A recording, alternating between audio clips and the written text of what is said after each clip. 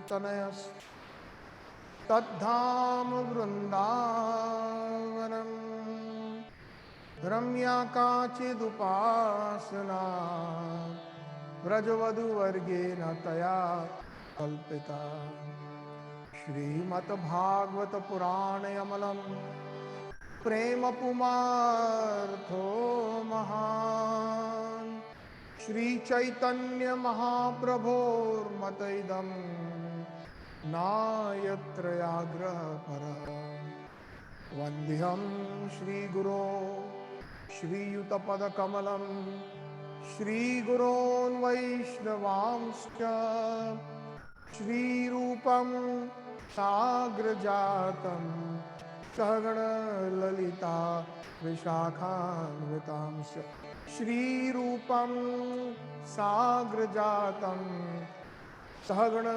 Raghunathanvitam Tam Sajivam Sadadvetam Savadhutam Parijana Sahitam Sri Krishna Chaitanya Devam Shri Radha Krishna Padam Sahagana Lalita Shri Vishakhanvitamscha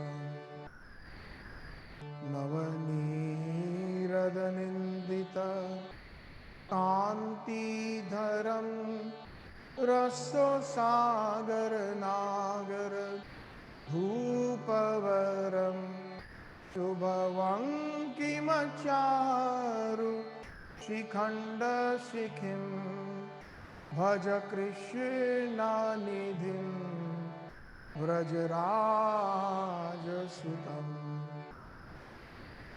Radhika Sarodindu Nindimukha Mandali Vandiye Shripad Padma Vrishabhanu Nandini Vandiye Shripad Padma Vrishabhanu Nandini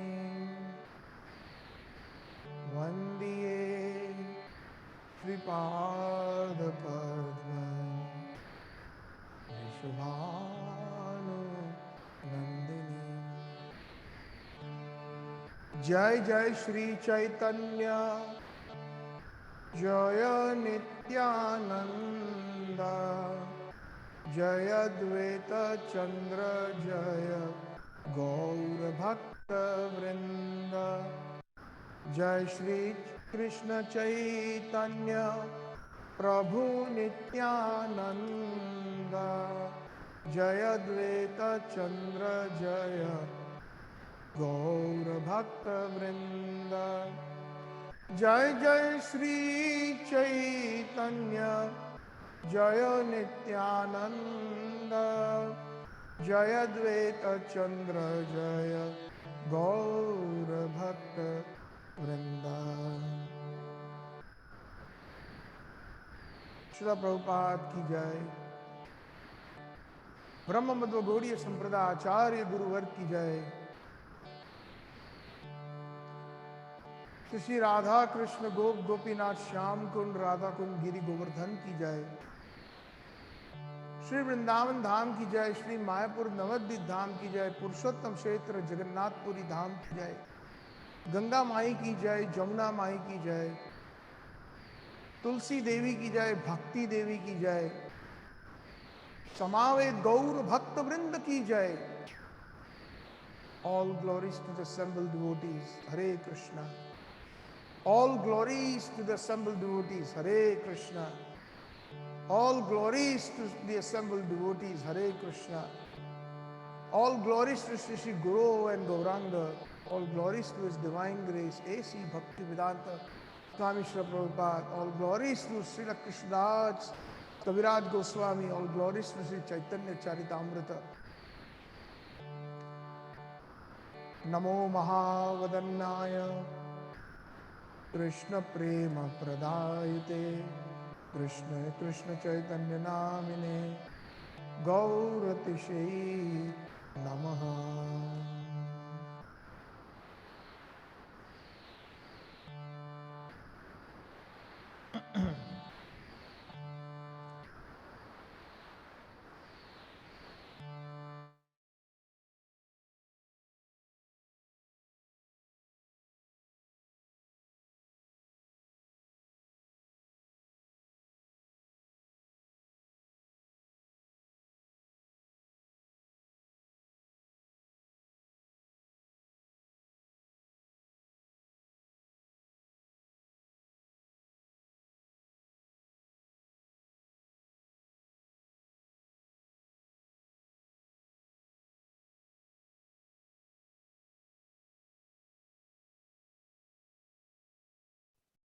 Hare Krishna, Krishna Krishna, Hare Hare, Hare Rama, Rama Rama, Hare Hare.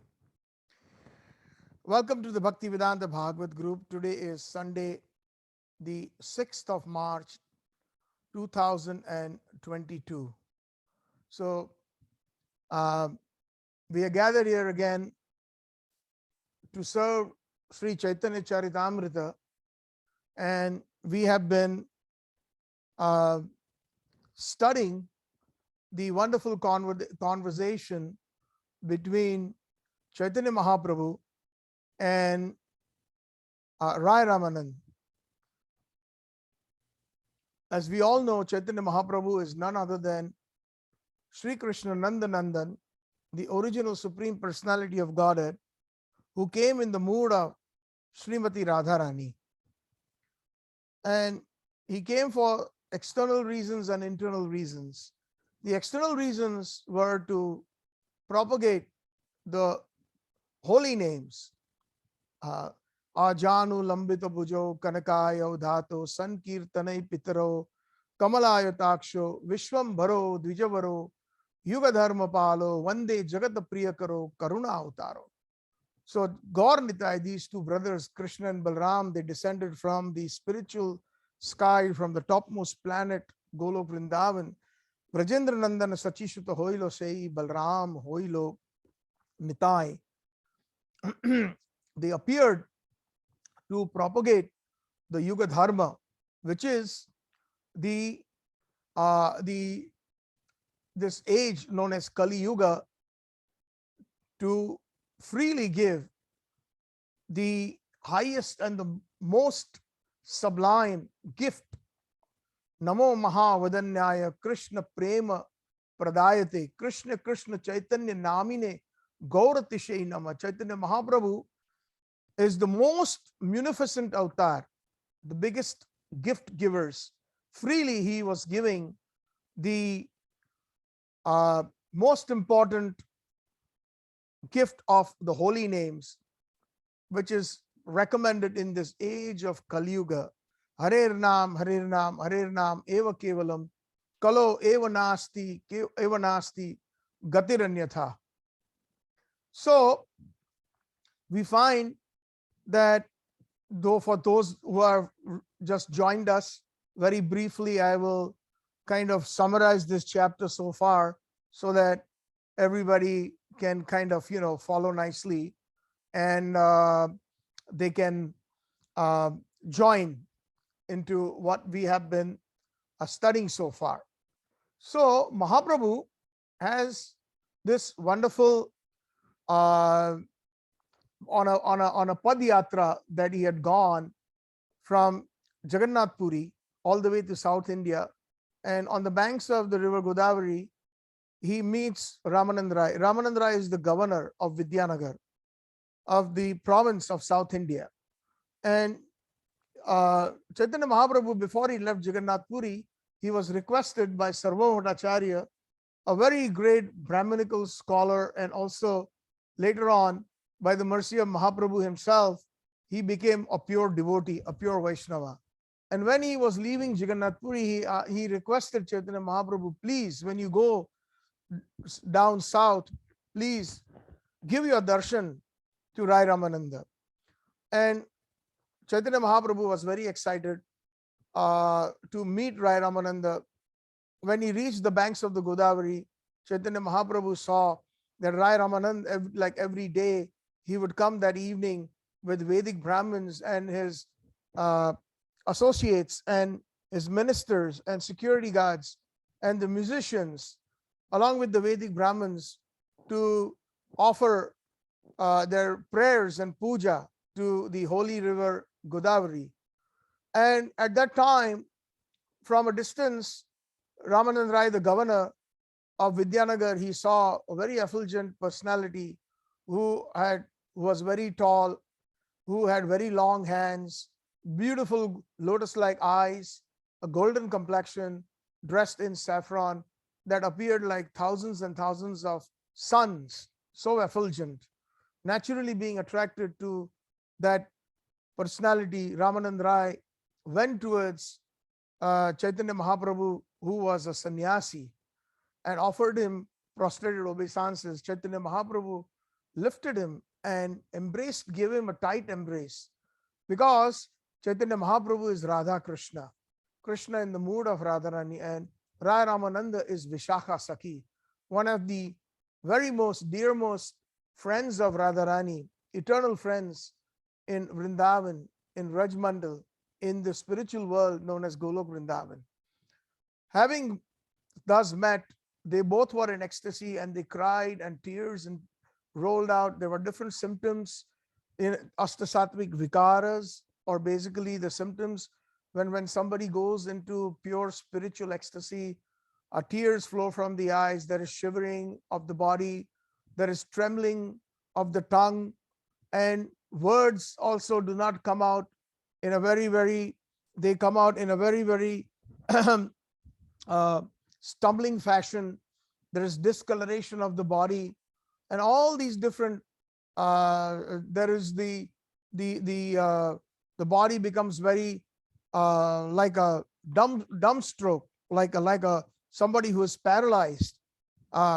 So all these symptoms were exhibited in both the Supreme Personality of Godhead in the form of Chaitanya Mahaprabhu, and the Prana Sakhi, Vishakha Sakhi, in the form of Rayaramananda, having met separation and union of the Pran Sakhi of Radharani and Nanda Nandan in the mood of Sri Radha.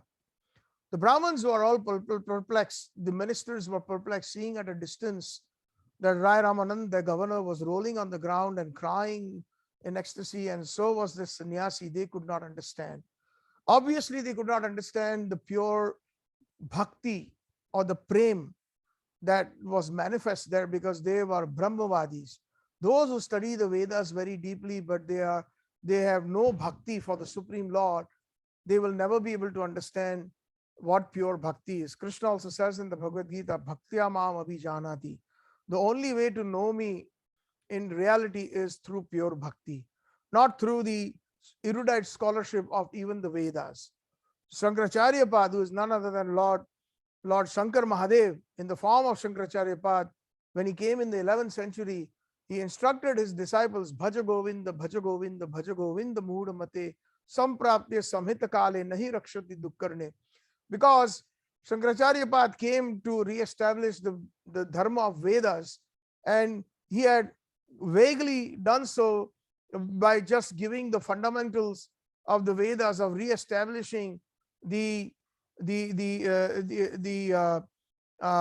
summum bonum in the form of the Nirgun philosophy, and his devotees or his anuyais or his followers did that very strictly, and they went too much into the Vedic grammar and rhetoric and many other different nyay or logic, but there was no bhakti. But at the end, Shankaracharya Pad, who is none other than the greatest Vaishnava, Shankar Mahadev, he said that Bhaj Govinda. Bhaj means worship with pure devotion, bhakti. Govinda, the one who gives pleasure to the Go means gopis, Go means gopas, Go means Gokul, Go means the cows, and Go means the senses, the devotees' senses. It is Krishna who is our life air. It is Krishna who is the air. It is Krishna who is the taste in the water. Raso aham apso kaunteya. All these things, we are alive because Krishna is nourishing our senses. If there was no air, if there was no water, if there was no fire, if there was no ether, if there were none of these 8 elements who are none other than Ashta, the Ashta, um, uh, Ashta Prakar, Prakriti, are the external expansions of Sri Krishna. Krishna explains this in the Bhagavad Gita. So the summum bonum and the foundation of everything is Sri Krishna, just like the thread in a necklace holds all the pearls in the necklace. Similarly, the entire creation rests upon Sri Krishna. Krishna mentions that in the Bhagavad Gita very clearly. So Risikena Risikesha Sevanam Tat Bhakti Ruchyate. Sarva Upadi Vinirmuktam Tat Paratena Nirmalam Risikena Risikesha Sevanam Tat Bhakti Ruchyate. We should worship Rishikesh. Rishik means senses or Indri. Indri, with senses. We should Risikena. Rishikesh. Rishikesh is another word for another name of Sri Krishna. Rishikesh. Esh means master or lord, because he is the one who gives us the nourishment or the joy to all our senses. So he is known as Rishikesh, the master. So Risikena Risikesha Sevanam, by giving up all varieties of different concocted religions and upadhis. Upadhis means different kinds of bodily concepts, thinking that I am Indian, I am American, I am Canadian, I am Punjabi, I am Gujarati, I am this, I am that, I am the king, I am the supervisor, I am the owner of a company, I am this. So these are all false bodily designations. So Sarva Upadhi, Naradji says that these are all Upadhis. They are all trouble. Why? Because they are, the moment we continue from time immemorial, from Anadikal, we have been situated on this bodily concept, thinking that I am this body. Our consciousness is based on the body, not on the soul. So that is going to only bring us Upadhi, trouble. What is that trouble? Janma, Mrityu, Jara and Vyadhi, birth, death, old age and disease. And again, we will be born and reborn with the cycle of birth, death, old age and disease in different species of life in this material world known as samsar. Samsar means, everybody has heard that word, but in Sanskrit, if we translate that simply into English, means it's a cycle, just like a cycle of birth, disease, old age and death, and then it repeats. Again we are born, again we will be subject to different kind of diseases, then old age, and again death will come based on our karma. So that's the vicious cycle, that is a upadhi. So when we go beyond these bodily designations by serving Sri Krishna, which is the best way, and the best way is controlling our senses. First, Sevan Mukhe Jivado. The tongue is the very most important sense amongst all the different senses that we have. The smell, the touch, the hearing, the seeing, etc. All the different senses that we have in our body, the tongue, if we can control the tongue, automatically all the senses will be controlled. And the best way is seva, or to serve Krishna with the tongue, is by chanting the holy names of the Lord. Hare Krishna, Krishna Krishna, Hare Hare, Hare Ram, Ram Ram, Hare Hare, and tasting Krishna Prasadam. So once we do that, we will be able to control all the senses. And one who has control of the senses will go beyond the bodily concept. Then we will be situated on a Brahma Bhuta platform, on the platform of the soul. Brahma Bhuta Prasanna Atmana Sochati Na Kankshati Sama Sarveshu Bhuteshu Mad Bhaktir Labbate Param. Krishna Bhagavan says in the Bhagavad Gita that those who are situated on a spiritual platform, those who are situated on that platform, they're always very happy, full of bliss, because they know that they are not this body, they are a spirit soul, and they are my eternal servants. That is the highest realization. Brahma Bhuta Prasannatma na sochati na kankshati. They never ever hanker after anything material, or they do not desire any material things. Sama Sarveshu Bhuteshu, and they look upon everything and everybody equally, because that equality is because they see that everything belongs to Krishna. Isha Vasam Idam Sarvam Yat Kincha Jagatyam Jagat. In the Isopanishad, this is mentioned. Everything belongs to Sri Krishna. all the jivas, each and everything. So when we have that universal drishti or that universal perception, then there is no question of any kind of selfishness or any kind of matbhed or any kind of envy. Sama sarveshu bhuteshu. And when one is situated on that platform, mad bhaktir labhate param. One obtains that highest bhakti. Bhakti labhate param. Param means highest, the highest bhakti. There's different kinds of bhakti. There is Gyan Mishra Bhakti, there is Karma Mishra Bhakti, but this is Shuddha Bhakti, Amala Bhakti, spotless Bhakti, which Srimad Bhagavatam propagates, that Dharma Projita Kaitavaratra, Parmo Nirmasaranam Siddham, Vedyam Vastavamatra Shivadam Taputra Unmunanam, Srimad Bhagavata Mahamuni Prite, Kimva Pare Ishvara Sadhya Avaruddhati Atra, Kritubi Shushrubi Tatshanat.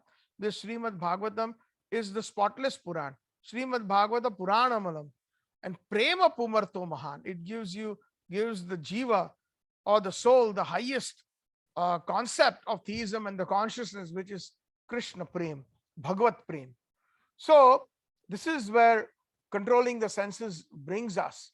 And when Chaitanya Mahaprabhu and Rayaramananda were in ecstasy, the Brahmins could not understand them, although they were scholars in the Vedas, but they could not understand pure bhakti because scholarship is not sufficient.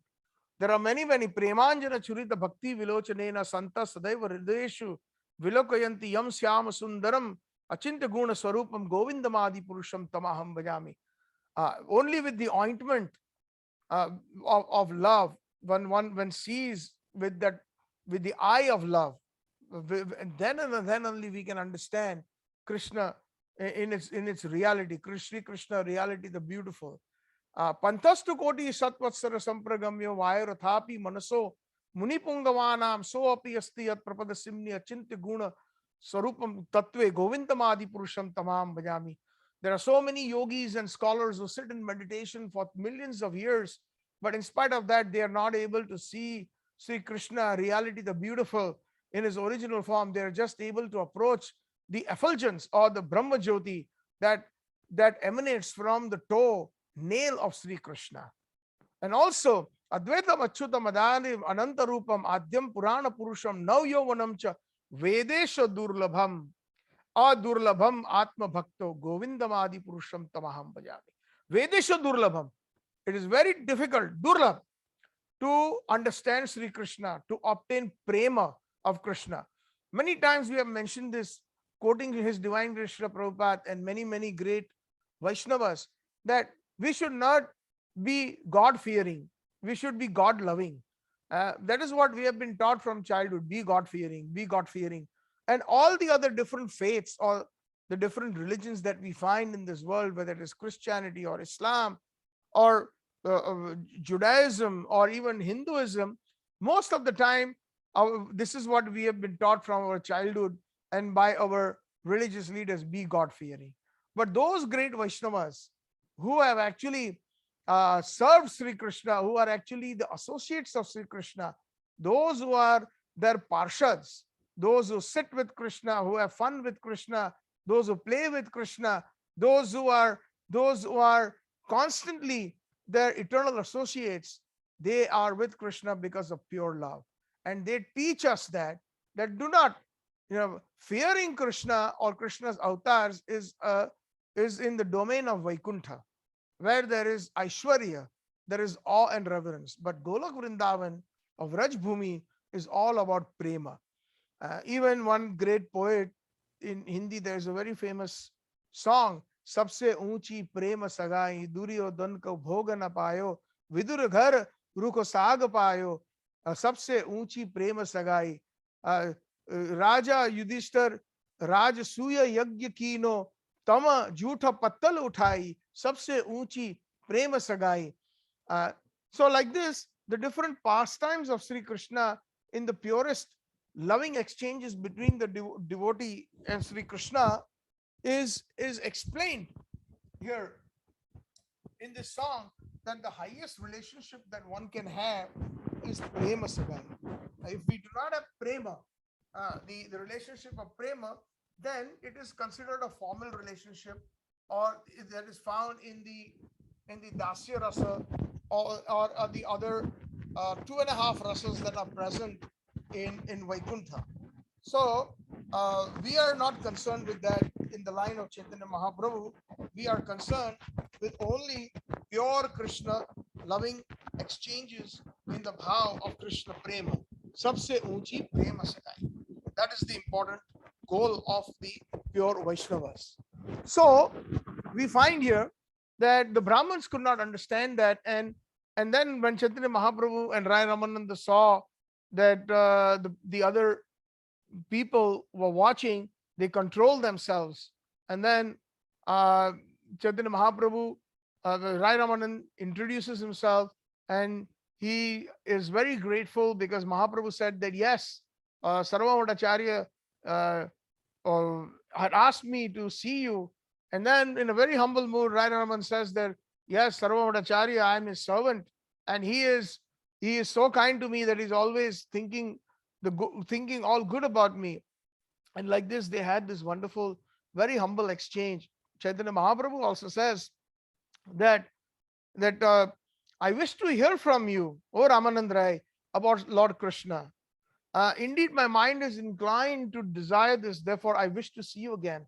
So it was getting a little late, and one Vaishnava Brahman had invited Chaitanya Mahaprabhu to his house, and just before departing, in the very first meeting on the banks of the Godavari, Chaitanya Mahaprabhu requested that I want to hear Hari Katha from you. So this is Nandan Sri Krishna, Vrishabhanu Nandini Radharani wants to hear Hari Katha from their associate or devotee Rai Ramananda.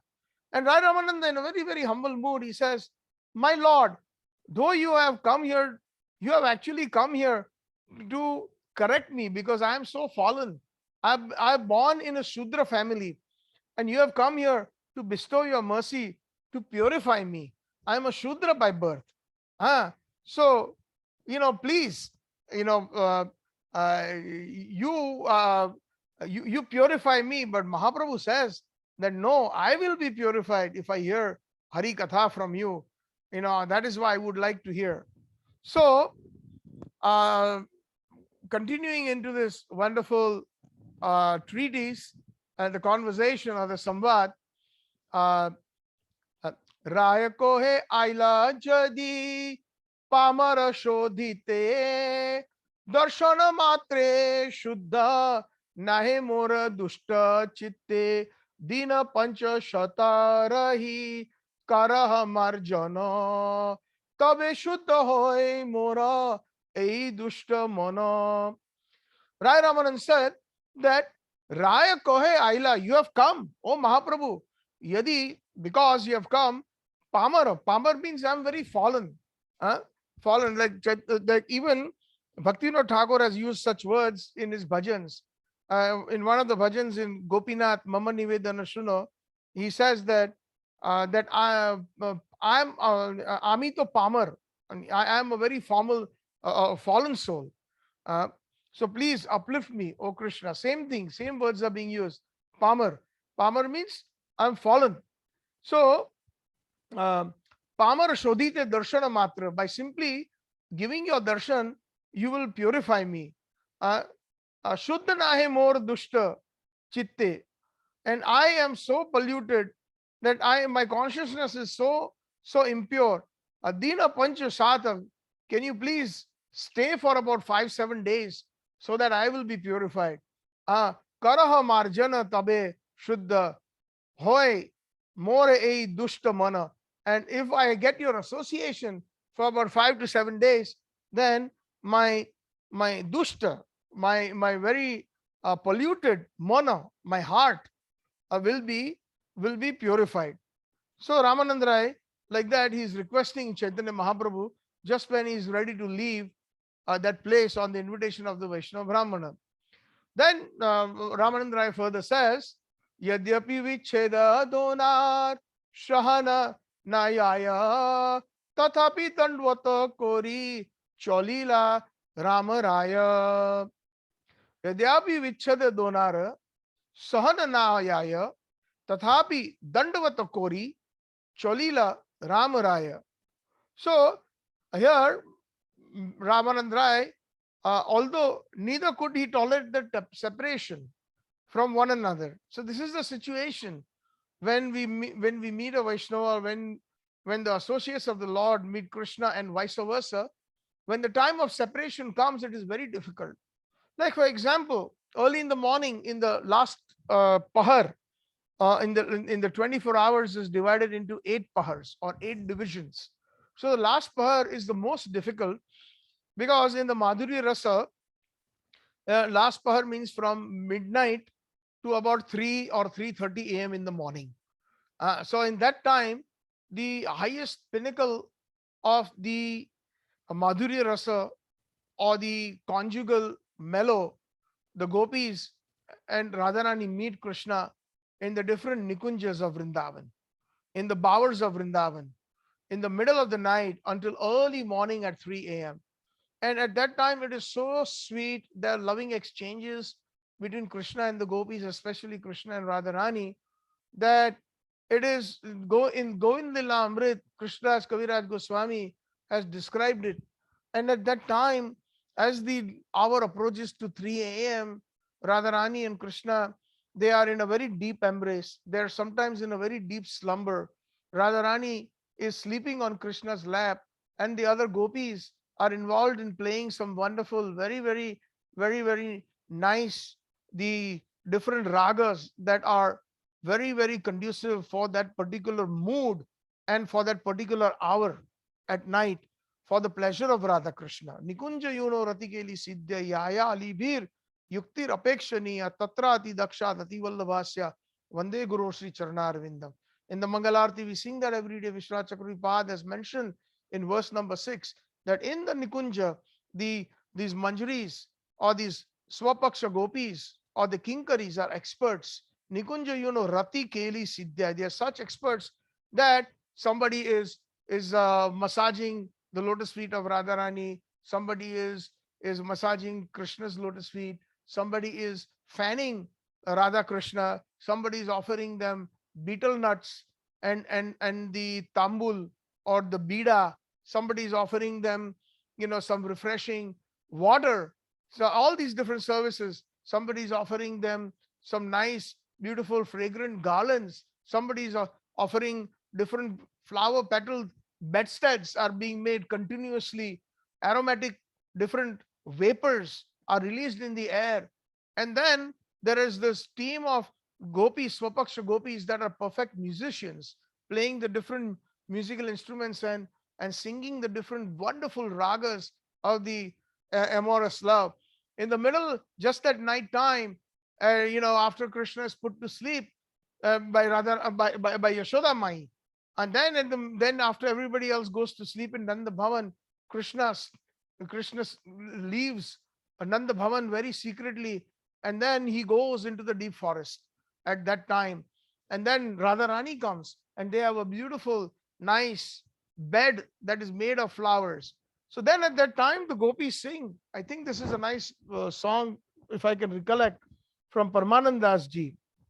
Very this is a song especially for the summertime, where it is so hot at that time. So this is how the gopis are inviting Krishna and asking that them to come. Radha and Krishna, the bed is ready, please come. And there also in the different bhavans or the nikunjas, there is the terrace, and on the terrace in the open air, they sing beautiful songs and music is being played. I'm trying to think of that part. It's not coming.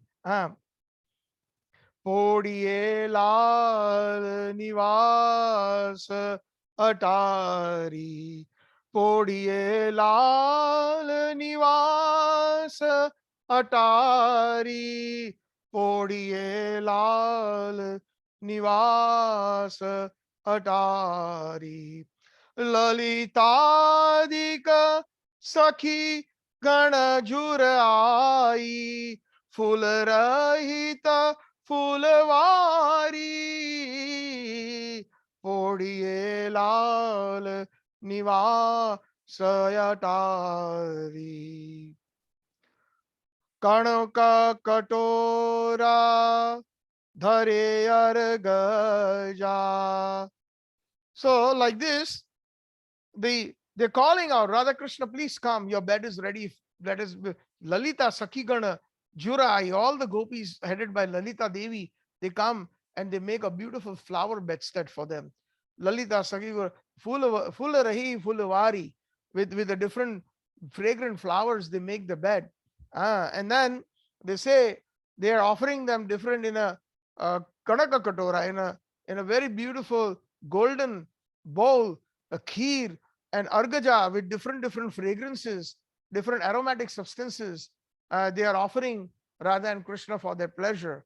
So like this, they are calling out, and there are so many different wonderful kirtans that describe the Madhurya Rasa in the especially in the last pahar. So at that time, it is time for them to go home before everybody wakes up. So at that time, Khatkati, the monkey, Radharani's monkey, starts screeching, Jatela, Jatela, Jatela, Kutela, Kutela, Kutela. So screeching, like, how we hear the monkeys in Vrindavan. So then Radharani slowly wakes up. Saying Jatila. Jatila is mother-in-law of Radha. Kutila is the sister-in-law. So this monkey reminds them that, you have to now go back home. You have to go back home now. And like that, reminding, and then immediately Radharani wakes up with astonishment, hearing the words Jatila and Kutila. And then Krishna says, stay a little bit longer, Radhe. And like this, then a little bit longer they stay in their embraces and their wonderful romantic, their Madhurya Rasa. And then the gopis also, they change the ragas now. It is time to go home. So now the rag changes into separation. It is known as Purvarag. Purvarag means that the separation has not yet happened, but it will happen very soon. So same thing, this Purvarag is being experienced by Rayaramananda and Chaitanya Mahaprabhu. So these are some of the things that by the mercy of Guru Gauranga and our Goswamis, we can see this happening between Radha Krishna, Nanda Nandan, and Vishakha Sakhi. Now they are going to separate temporarily, though, because they have to go. Mahaprabhu has to go to this Vaishnava Brahman's home because he's invited there. It's getting a little late and it's time for prasadam. And here Rayaramananda has to go back to his palace because all the other associates are waiting. Hari Hari. So, in the anticipation of that separation itself, Yadyapi Vichedda Donar. Vichedda means separation. Sahanna Hayaya. It is very difficult to tolerate that separation. Tathapi Dandavatakari, but that is going to happen. That is one of the reasons I have to mention that in the Mangal Arati, when we are singing early in the morning, generally, according to the rules of classical Sangeet, there is no mridanga, there is no percussion, there is only stringed instruments. So there is only veena is played, sarangi is played, only the stringed instruments or harmonium can be played. There is no kartal and there is no percussion, basically. That is the wonderful rule. So we find this when we study some Sangeet in the Pustimarg Sampradaya from Sri Vallabhacharya, his Ashtatap Sakas, one of them being Surdas, one of the greatest of all them, who had written 125 different kirtans, 100,000 he composed himself. And in the old age, because he was so old and he still wanted to continue his seva, at that time it was difficult for him, but Krishna helped him to compose the 25,000 kirtans. So that is why the last 25,000 kirtans, it is said that wherever in the end, Sur Shyam Kahe. So that means we have to understand that Sur means Surdas and Shyam means Shyam. Both of them have composed this kirtan. Surdas did not take the credit alone. He gave the credit to Shyam also, to Krishna as well. So we find that some rules of Sangeet are naturally for the pleasure. That is why Anukulyana Krishna Anushritam Tad Bhakti Ruttam. So as we advance in Krishna consciousness, then all these things will be manifest to us for the sukha of Radha Krishna. Because in Kirtan we find sometimes that uh, even the last arti, they a lot of the devotees are overexcited and they bang and bang and bang, and they create such a big loud, even if the loud noise, even if the Lord is about to go to sleep, he will not get the sleep.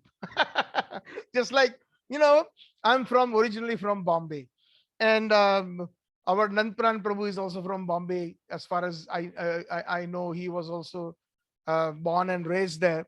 So we know during the Ganesh Utsav, the festival of the 10 days of the Ganesh festival, it is day and night, right from the first day till the Anant Chaturdas, the last day when the Visarjan happens. It's just lot of drums and lot of kettle drums and non-stop beating of musical instruments, especially on the first day and the last day. It is so crazy that people cannot even sleep at 3 a.m. in the morning, and that is kind of insensitive in our excitement. We should also remember, even if one is, if you really ask me, based on the whatever little Krishna consciousness I know, it is for the sukh. Even if you are a devotee of a particular Devi Devta or a demigod, then one has to be, it is for the sukh of the Devi Devta. One should not bring them in after a certain hour. It is even their resting time. So, but people don't understand. They look at their convenience and all these things. So that is not pure bhakti. It is Sagvadiyu bhakti. In Gujarati, it is called Sagvadiyu. Sagvad means my own, what is the right word in English? My own convenience. My own convenience. At my convenience, I will, whatever activities are there, I will perform. That is convenient to me. So that would include even offering bhoga or foodstuffs to the Lord. Whatever I like, I will offer. I like cakes, I like pizza, I like pasta, I like this, that, all these Western items. So that has become a norm. So that is not what Bhaktivinoda Thakur has explained in his bhajans. What is conducive to Krishna, a nice list is given. What is conducive to Krishna, all these great Vaishnava acharyas have described in their padas, that the roti, makhan, kheer, mohandal, mathadi, all these different items that are there, sweet and sour items, and so many different items that are there that are being offered. So nowadays, we have become Sagvadiya. Sagvadiya means that whatever is conducive to us, we will offer it to Krishna with some tulsi. Krishna is very kind. Hey Krishna Karuna Sindhu, he is an ocean of mercy. He will accept it. But that is not the highest level of bhakti. So we have to, sometimes people, these things, we have to understand that yes, we have to offer everything to Krishna without any tamasic substances, without onion, garlic, pure vegetarian foodstuffs should be offered, and it should be offered with love. So that's true. But that pure love is that what we need to know is what Krishna loves to eat. And that, if we are very eager to know, then Krishna will send us that long list. There's such a long list that if you have gone to Vrindavan or in Govardhan, especially on the Annakut and Manoratha days, there are thousands of items that are offered to the Lord, all different kinds of items. So you can imagine, in our Vedic culture, especially in the Vaishnava culture, there is amazing, unlimited items. Even there during the Annakutta festival, when Srinathji appeared, Gopalji appeared in Govardhan to Madhavendra Puri Pad.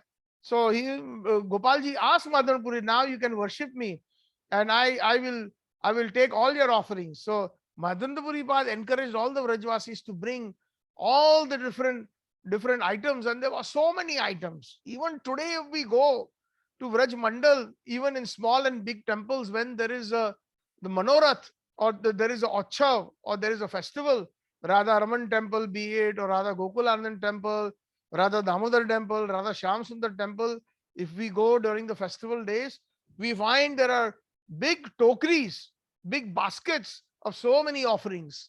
So it is not that we don't have. As a matter of fact, India is so rich in culture that there is the Vaishnavas of Bengal, there is the Vaishnavas of North India, there is the Vaishnavas of Gujarat, there is the Vaishnavas of Maharashtra, there is the Vaishnavas of Dakshin Bharat, and everybody has all these Shuddha Sattvic bhoga for Krishna, different varieties, the unlimited. So this pizza, pasta, cake business is something which was introduced in the West because in the beginning these hippies had nothing else. So Prabhupada had conveniently allowed that. But Prabhupada never cooked that. In 26 Second Avenue, when Srila Prabhupada, all he did is, when all the hippies came, Prabhupada would, there's this famous photograph of Srila Prabhupada. He's cooking at that stove without a kurta. He's in his Brahmanical janoi. And Srila Prabhupada is so effulgent at the stove in the apartment behind on the second floor in the little studio apartment behind 26 Second Avenue where Srila Prabhupada used to reside. And there, when the evening programs or satsangs used to happen, Prabhupada used to cook personally. So he used to make dal, and when he made dal and then he had the rice on one burner, on dal on another, and a sabji on another burner, and Prabhupada used to cook. And especially when the dal, when he used to put the chalk, the chawns with the mustard seeds and the oil and the red whole chilies, like that, when he did that, and the steam permeated the whole air, and everybody who had gathered around, the few hippies that were there, these Americans, they clapped their hands. Why? Because they knew now prasadam will be ready. This was the last part. They understood that part, that when the chance is done, within 2 minutes, the prasadam will be offered, and then later on, in a few minutes, it will come downstairs to the 26 Second Avenue, the center, the Bhakti Center, the temple, and then everybody will have prasadam. So Prabhupada taught them how to make ISKCON bullets. He called rasgullas ISKCON bullets. He taught them how to make from scratch, from mawa, the milk cream, to how to roll them and then slowly deep fry them in butter or ghee. Prabhupada taught them how to make ghee from butter, and then to put them in the sugar syrup. And like that, Prabhupada, somebody asked them, Prabhupada, what are these? And all these hippies, they loved it. So it is just, those were like, when you are on a war field, how do you conquer? You conquer, or you're victorious by showering bullets on the enemy. Here the enemy is Maya. So by giving these bullets to everyone, pure Krishna prasadam, especially because everybody loved those rasgullas. So they were dubbed by Prabhupada ISKCON bullets, bullets against Maya. So Krishna Prasad, Krishna's holy name, Krishna, everything to do with Krishna is a war against Maya. Param Vijayate Sri Krishna Sankirtanam. It brings us the highest victory in Sri Krishna Sankirtan. So like this, Srila Prabhupada also in the beginning makeshift, he used all Vedic ideas. He wanted to make some nice laddus. So there was nothing available in those times. So he said, okay, bring milk powder. So milk powder was brought, that was readily available in all stores, because everybody, those who are mothers, they needed to feed their infants. So they had that instant milk powder that they would mix, and then they would put it in feeding bottles to feed their little infants. We've seen that even when we were in India, when we were growing up, even I have gone through the chemist store and brought that Glaxo big tin full of milk powder. And I remember when my little brother was born, I still remember my mother used to not only breastfeed, but also going out at sometimes, then it was inconvenient. So she had made those bottles in the thing. And, whenever that milk can open, I love taking one spoon and simply popping that milk powder in my mouth. It was so delicious. So Srila Prabhupada, with that milk powder and ghee, he added 1 portion of milk powder, 1 portion of milk, and some warm ghee, and made it into laddus. So somebody asked, Swamiji, what is this? So he said, simply wonderful. So he gave this name, Simply Wonderful. So even in today, if anybody asks what is Simply Wonderful, most of the people in ISKCON understand what Simply Wonderful. These are basically mawa laddus or milk laddus that were prepared with a lot of love and shown by Prabhupada. But later on, Then cookies came into the picture, and Srila Prabhupada had to spread this movement, and pizzas and pastas and all these things. That was sattvic. So Prabhupada said it's all right. But the point is that we, as we mature in our devotion, when will the day come when we will realize that what is Krishna love? What is Krishna's Priya? Just like even when we have our guests coming to our house, let's say our brother comes or brother-in-law comes, or our guests are coming, or even if a Vaishnava is coming for dinner, sometimes we ask them, Mataji, Prabhuji, what do you like? You know, is there any particular sabji that you like or you dislike? Or do you have any allergies to any particular foodstuffs? Out of courtesy to our guests, we ask, don't we? Uh, or at least we know, because we are close to them, what is their favorite.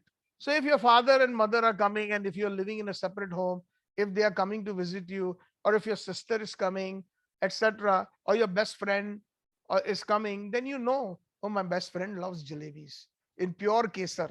Oh, so like this, we keep in mind even for our guests. Then what to talk about? When we're talking about Krishna Prem, then we have to see, what does Krishna love? What is his favorite? So these things we have to learn from the pure devotees. This is just a food for thought. It cannot happen overnight, but if we think on those lines, then slowly and steadily we will come to that pure stage where everything that we do is anukulyena Krishna. What is anukul to Krishna? Not anukul to me. Because naturally, when a pure devotee, when we think about Krishna's sukha, automatically it will radiate back to us multifold without even asking. That is the nature of pure bhakti. But sometimes we don't hear it or we forget it, and we have been told, and we are like lakir ka fakir. Many years ago, somebody told me that. I still remember that. Once upon a time, there was a very rich man who had a very nice garden, and there were three very simple, or we can say kind of stupid gardeners who they would do only that much that they were told to do. So then, understanding their capability, so the owner said, "You, number one, you all you have to do is dig a hole. That's all. Number two, your job is to plant the seeds in it. Number three, your job is to simply cover it with the mud and water it." So now what happened? Number one started digging. Number two started planting the seeds. And number three, he did his lakir ka fakir. Whatever he was told, he will exactly do that. He started putting the mud and he started pouring water. Now the guy in the middle, the number two person, had to go to the bathroom, the call of nature. So he stepped out for a few minutes. So what happened? Lakir ka fakir. The first guy kept on digging, and the second guy did not even think for a moment. He started putting the mud on top and started pouring water on barren land. No seeds, nothing like that. So that is lakir ka fakir. So we should not become lakir ka fakir. That is also somewhat like what Rup Goswami says is pratyahar. When we are too much engaged in rules and regulations without actually seeing what is Krishna prema, or what is love, what really pleases Krishna, what pleases Prabhupada, what pleases our acharyas. So we become very mechanical in nature. Even when we are doing kirtan or whatever our activities are, it should not become mechanical. It should be premamai. It should be tinged with the salve of love. Premanjana churita bhakti vilochanena. So, yadyapi vichade donar sahana na hoy, it was not possible for them to even that prema vivarta, that right there they are there, but still they are feeling so much separation. They could not tolerate that. Tathapi dandota kori cholila Ramarai. But then he eventually offered his obeisances, Rai Ramananda, and then Rai Ramananda and Chaitanya Mahaprabhu, they left that place. Prabhu Jai Shai Vipra Gore Gore Bhiksha Koila Dui Janar Utkanthaya Ashi Sandhya Hoila. Prabhu Shai Vipra Gore Bhiksha Koila. So Chaitanya Mahaprabhu went to the Vaishnava Brahmana's house and Bhiksha Kaila. And because he is a Bhiksha means also to ask for lunch. Bhiksha Kaila. When a sannyasi goes to a householder or to anybody's house, they generally ask for alms, and in alms generally they are given something to eat. Uh, Dui Chandra Utkantaya Ashi Sandhya Hoila. So, like this, both Ramanandra and the Lord were eager to meet each other again. This was their feeling when they departed, and when Chaitanya Mahaprabhu went to the Vaishnava Brahmana's place. The eagerness was there in Mahaprabhu's heart to meet again. Prabhu Snana Krutya Kori Achena Vashiya Ekabhrutya Shanga Rai Milila Ashiya. प्रभुर स्नान कृत्य करी आशेन वशिया एक भृत्या संगे राय मिलिल Asia. Meaning, after finishing his evening bath, Prabhu Snana Krutya, his evening activities, especially taking a bath, Kori, finishing, Achena Vashia, and then he sat down. This is the next day on the banks of the Godavari. Achena Vaishya means he sat down. Bhritya Shange. Bhritya Shange means the servant. Servant means Rayaramananda already had arrived. And along with his servant, Chaitanya Mahaprabhu sat down Mililo Ashiya when he came to meet him. So, Sri Prabhupada mentions that a Vaishnava who is supposed to be advanced in spiritual understanding, be he a householder or a sannyasi, must bathe 3 times a day, morning, noon, and evening. When one is engaged in the service of the deity, he must especially follow the principles of the Padma Puran and take regular baths. He should also, after bathing, decorate his body with the 12 tilaks. So these are perfect instructions for those who have taken the second initiation or the Brahminical initiation, those who are serving deities. Because the deities, Prabhupada said, even though we are in ISKCON, because we are in sadhana bhakti, our mood of worship should be that of Vaikuntha, of Lakshmi Narayan. In Vaikuntha, it is very perfect. Just like if we go to Dakshin Bharat, the devotees of the Lakshmi Narayan, the Sri Sampradaya, and all the other Vaishnavas, they are very perfect. Their Ucharan of the slokas, the Vedas, all in the morning they get up and all the Brahmanas together, not a syllable even off. If you hear some of the chanting of the mantras by the Vedic Brahmins in Vaishnavas in the Aishwarya Bhav when they are worshipping, like let's say for example, Vaikuntha Adipati or Venkateshwar Balaji, etc. It's very elaborate, right from the wake up and the snanam, abhishekam, and all the different activities that are there. They are very, very meticulous. And that is the reason, and that is one of the things that Prabhupada always wanted, punctuality. And that's something that in our ISKCON temples, it's perfect. One can adjust their clocks or their watches based on their local region for the Mangalarti or the Guru Puja or the Shringar Arti or the Bhoga Arti or the Utthapan or the Sandhya Arti, etc. So that is the perfect mood that is there in Lakshmi Narayan worship.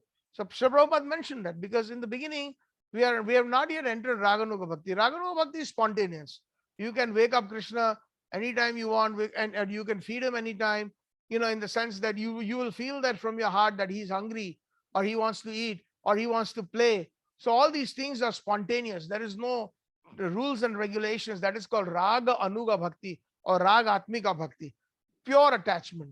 In that the rules and regulations do not apply. It is so spontaneous from within the heart that just like a mother, it is not like that 8 o'clock means we have to sit for dinner.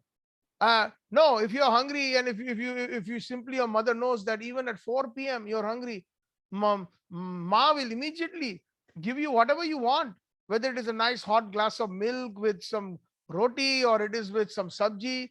And again at dinner time, or sometimes I've seen that in the middle of the night, whether it is your wife or somebody who loves you so nicely, if you're hungry, it sometimes happens to me.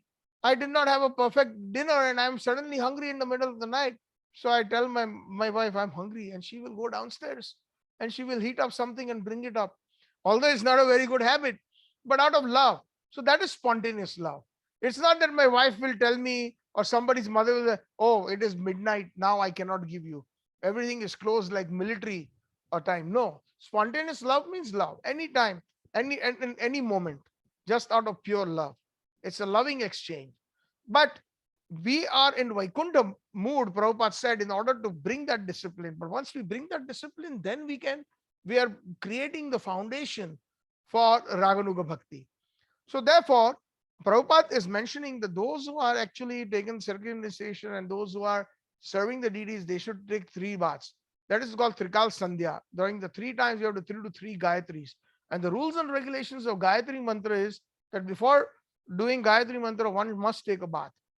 One must do the Achaman, Om Sri Keshwaya Nama, Narayana Nama, Madhvaya Nama, all the different mantras, Om Pavitra Pavitrva, Sarvasta Gatigva, Ya Smareta Pundrikaksham, Sab Higher Antar Abhyamhi Suchi, Sri Vishnu, Sri Vishnu, Sri Vishnu, the purification mantras, sitting in a very quiet place and then chanting the Gayatri Mantra. Dhayan Stuams Yashastri Sandhyam Vande Guru Sri Charnaravindam. Last verse of the Mangalarti. So in that, it is very clear, it means that Dhayan Stuams, I will meditate on you 3 times a day. You means dear Guruho, all the Vaishnava Acharyas. And when we meditate on our Vaishnava Acharyas, we don't meditate on them on alone. By their mercy, there are 7 Gayatri mantras for those who are initiated in the who are in the Brahminical initiation. So there are 2 there's one Surya Gayatri or Krishna Gayatri. Then there are 2 Guru Gayatris. Then there are 2 Mahaprabhu Gayatris. Then there are 2 Krishna and Gopi Gayatris. That are so like this, 2 Krishna and Gopis, 2 Mahaprabhu Gayatris, that makes it 4, 2 Guru Gayatris, that makes it 6, plus 1, 7. Total 7 Gayatris. So Dhayan Stuvams Yasyas 3 Sandhyam. Sandhya means the confluence. Sandhya means the confluence of time. So early morning, when from Ratri, from night time, when it is early morning, when the sun is just about to rise on the horizon, we can see the sun is not risen yet, but we can see the light, the faint light appearing on the horizon. That's the first Sandhya. Second Sandhya is when the sun is already up, it's mid-noon, and then from the morning, just it starts becoming afternoon. That is the second Sandhya. And the third Sandhya is from the afternoon time or the late afternoon, which we sometimes even call evening, when it migrates into Ratri. So twilight, just when the sun is setting and we can still see the light in the sky, it's getting dimmer and dimmer, and the night is setting in. That's the third Sandhya. So 3 Sandhya. So Gayatri is done this during these 3 times for the perfect benefit. One has to have the proper consciousness. It has to be chanted silently, not loudly, because it is a secret mantras. And one has to take a full bath, wear clean clothes, perform achaman, and then chant these mantras in silence and meditating on them. Dhimahi, the word dhimahi is there in these mantras. So we meditate upon. So the person who is actually chanting these Gayatris is representing even their own family. Or he is representing the other Vaishnavas. Because Vasudev Kutumbam, for a Vaishnava, the entire world is their Kutum. So it is not just I meditate. Dhimahi means it's a Sanskrit grammar where we meditate. So Prabhupada even always use the plural. We have this International Society of Krishna Consciousness. Our books are the basis. So actually Prabhupada, in one sense, he's saying that the books that I have compiled for the benefit of everyone are the basis. But why is using the word our? Think about it. Every time Prabhupada always generally uses our. The our means he's giving credit to all the Vaishnava Acharyas, including his Guru Maharaj and the Parampara. Although he is the one painstakingly translating everything, giving the Bhakti Vedanta purports, but most of the time, 99% of the time, we find he uses the word we. He uses it in a collective sense, giving credit to all. So that is what Srila Prabhupada, that is what Mahaprabhu being a sannyasi, he is still within the rules and regulations. He is in the Varna and Ashram. In the four Varnas and 4 Ashrams, there are certain duties that one must perfectly follow. Chaturvarnyam maya srishtam guna karma vibhagasa. Bhagavan Sri Krishna says in the Bhagavad Gita, I've made these varnas and ashrams for the elevation of mankind. Slowly, slowly, slowly, they will become more and more Krishna conscious, and then they will reach that perfection to go back home, back to Godhead, where they will, before going, they will be fully Krishna conscious and fully pure. So the four varnas and four ashrams, the four varnas of Shudra, the Vaishya, the Kshatriya and Brahman, and the four ashrams, Brahmacharya ashram, Grihastha ashram, Vanaprastha ashram, and Sannyas ashram. So the Sannyas ashram is also a social order. So they have to follow rules and regulations. And Mahaprabhu was very strict. Although he is a Supreme Lord himself, he set an example. He is beyond rules and regulations, but even then, on the banks of the Godavari. So when we go to some tirthas, at that time when we are doing any parikramas at that time, and we are at a nice holy place, either some kunda. So let's say you are in Govardhan, we are at Radha Kunda at around 6:30 time, or we are at Narad Kunda, or we are at Kusum Sarovar, or Mansi Ganga, or Govind Kund, or Surbhi Kund. All these different places, we can simply look at the time and sit down. If we are Brahminic initiated, and do some achaman from that kunda, sit down on the banks of that kunda and start or even do a snan, because that's how the Vedic Brahmanas and the Vaishnavas always did. But the minimum that we can do is we can do achaman. Achaman is as considered as good as snan. When we take some water in our hands and we say the mantras, and then we put it on our forehead, then the entire body is purified. It is known as mantra snan, along with the achaman. It's there. So we have actually given proper man, or we have given proper respect to the Vedic culture. And then we can sit and do our Gayatri at that time. Then it is very perfect. And these Gayatri mantras are amazing. They are basically in the Gaudiya Vaishnava Sampradaya. They all lead to the highest concept of the Madhurya Rasa in these Gayatri mantras. If those who are Brahmin initiated, because generally speaking, gurus, they give the mantra, they give you on a piece of paper, and then you memorize it, and then nobody really meditates. Most of the people, they don't understand the real true meaning of these Gayatri mantras. They're not actually in the mood. There is some Aishwarya in it, but it culminates into pure Madhurya Rasa. So these Gayatri mantras are of the highest. Just like Gop Kumar was given those mantras by his guru when he met the guru, and that same mantra took him from opulence, from Aishwarya, all the way to Golok Vrindavan, to Krishna Prema. So some of these mantras may have a common ground, but also they can even take you beyond if the consciousness, if we have that proper understanding, and if we are fortunate enough to for someone in the Brahma Madhva Gaudiya Sampradaya to explain these mantras to us.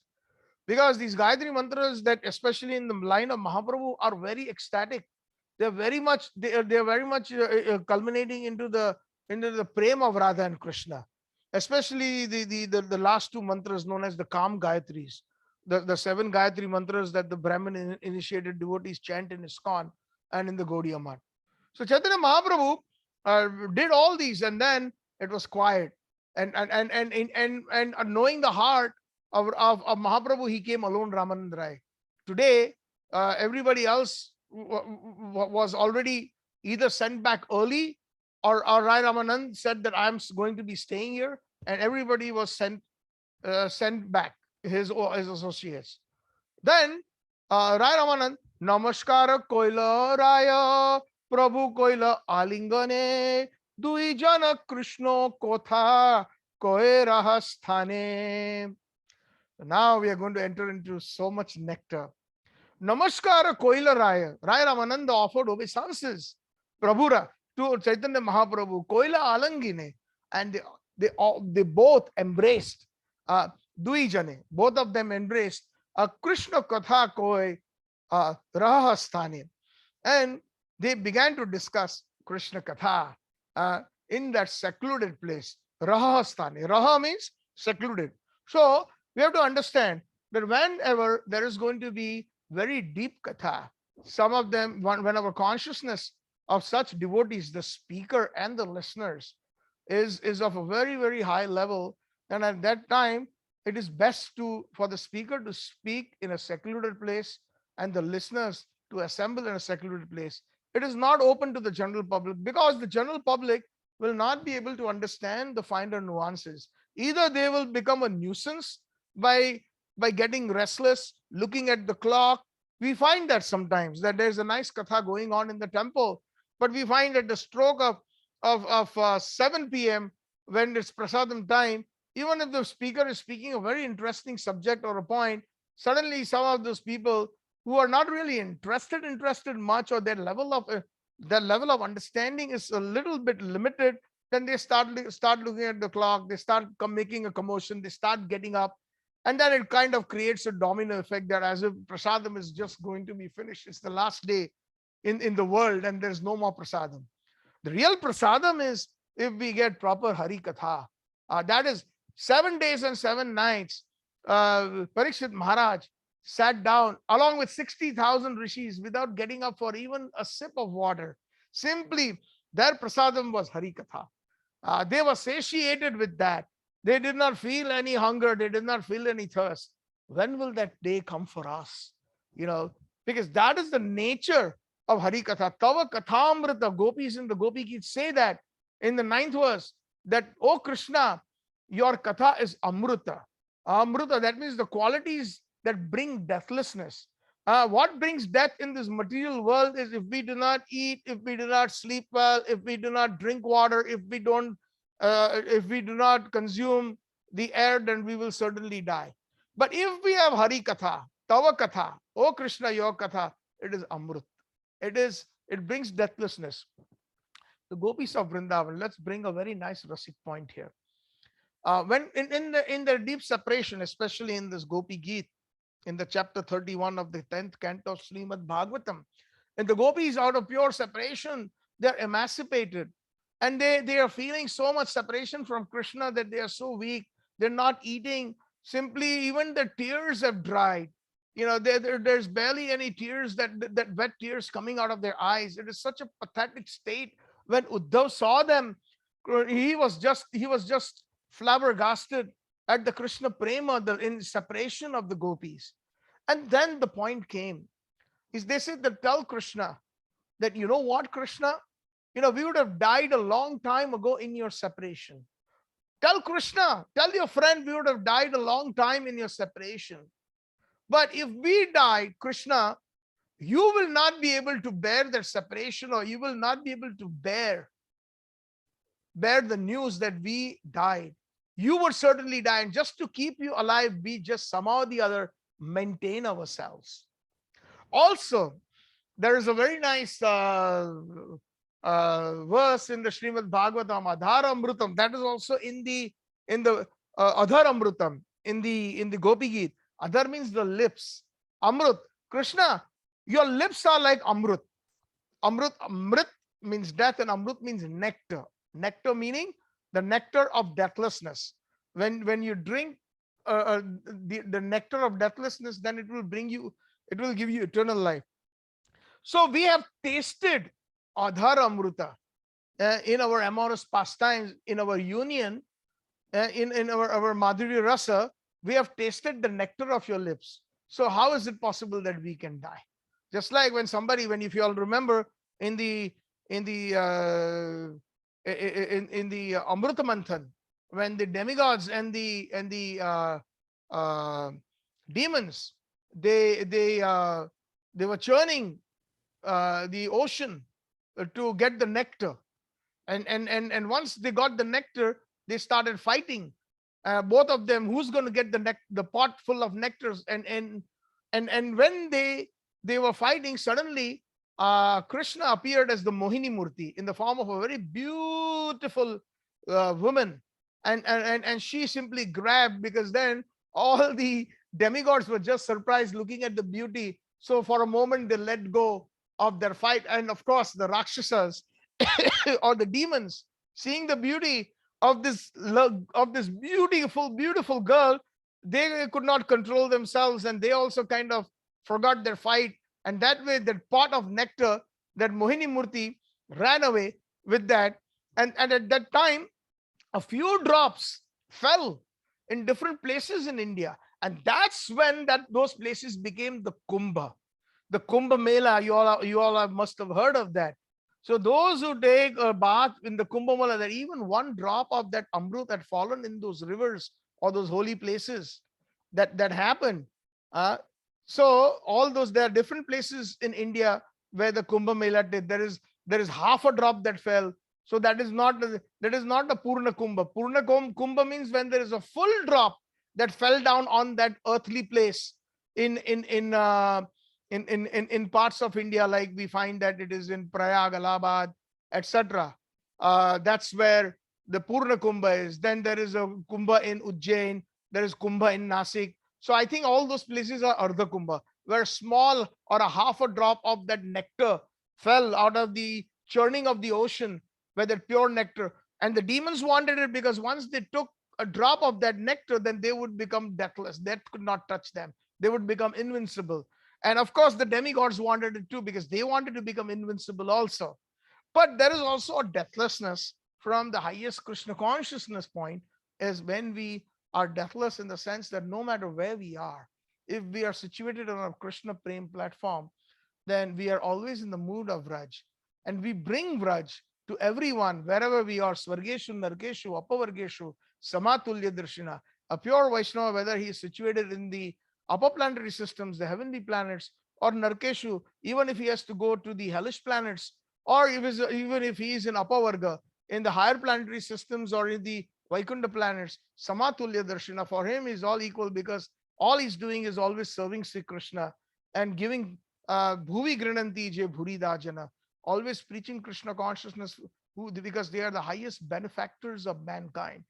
The gopis are singing the glories of His Divine Grace Srila Prabhupada, and Acharyas like Srila Prabhupada, that they are indeed the highest benefactors of mankind, those who go around the entire creation or entire world simply giving Krishna consciousness. So, Namaskar Koila Rai Prabhu Koila Alingane Duijana Krishna Kotha Koi Rahastane. They started talking about Krishna Katha, and in a secluded place. So we understand the secluded place means very rasic information is going to be found, and a very rasic, very, very deep, high, from a very, very basic platform to the highest platform of theism is going to be discussed. And that is the reason why a secluded place was chosen. So here Srila Prabhupada has also mentioned in the purport, the word Rahastani in a secluded place is very significant. Talks about Krishna and his pastimes, especially his pastimes in Vrindavan, and his dealing with the gopis, are all very confidential. They are not subject matter for public discussion. Those who have no understanding of the transcendental nature of Krishna's pastimes always commit great offenses. So we just mentioned that. Thinking Krishna to be an ordinary person, ordinary human being, and the gopis as ordinary girls. So many people, sometimes when they hear about all these things, they immediately say that, oh, what kind of a playboy Krishna was, a very, very antisocial person. If he can have many girlfriends, what is wrong if I have a couple girlfriends? That is the kind of logic that they use, people. The people, oh, Lord Shiva, you used to take ganja, or he used to take this somras. Somras is basically liquor. So, what's wrong? Even I can say, I can take that. There's a famous Bollywood song, Jai Jai Shiva Shankar na kata lage kankar pyala tere naam ka piya. So all these kinds of nonsense is going on. That, oh, all glories to Shankar, all glories to Shankar, and in your name I take one glass of liquor. So this is the kind of society that we are in. And that is the reason why Prabhupada and all our acharyas want that such subject matters people will not understand.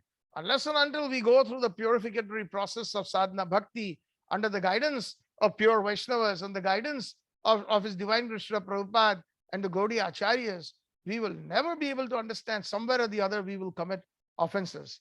And following the principle of Lord Chaitanya Mahaprabhu, who never discussed the dealings between Krishna and gopis publicly, devotees in the Krishna conscious movement are enjoined not to discuss the pastimes of Lord Krishna and Vrindavan in public.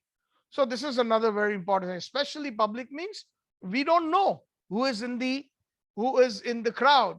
we find that somebody is visiting the temple for the first time, and there might be very seasoned devotees who have been present, who have been in the movement for 50 years or more. But still, we have to be very cautious. If possible, one should discuss the principles enunciated in the Bhagavad Gita. So that is what mostly we do in most of our public uh, classes. Mostly we discuss Bhagavad Gita because Bhagavad Gita deals with the opulence of Sri Krishna and the basic philosophy. But Chaitanya Mahaprabhu followed this principle very strictly and discussed the philosophy of Bhagavad Gita with learned scholars like Sri Sarva Atma and Prakashananda Saraswati. So here Srila Prabhupada has brought a very wonderful, important point. Chaitanya Mahaprabhu discussed the principles of Vaishnavism and philosophy to personalities like Sarva Bhattacharya and Prakashananda Saraswati. And who are they? They are both Mayavadis. Prakashananda Saraswati was a Mayavad, and Sarva Bhattacharya was also a Brahmavad or a Mayavad. And Mayavadi Bhashya Sunila Hoy Sarvanash. Mayavadis are killers of Sri Krishna. Chaitanya Mahaprabhu said, anybody who listens to the words of Mayavadis, they will come to their ultimate doom or destruction. But so that is the reason it is difficult for them to understand the pure nuances of pure bhakti and the dealings of Krishna and the gopis and Krishna and the rasa in Vrindavan. So first they have to be cleansed, Cheto Darpana Marjanam.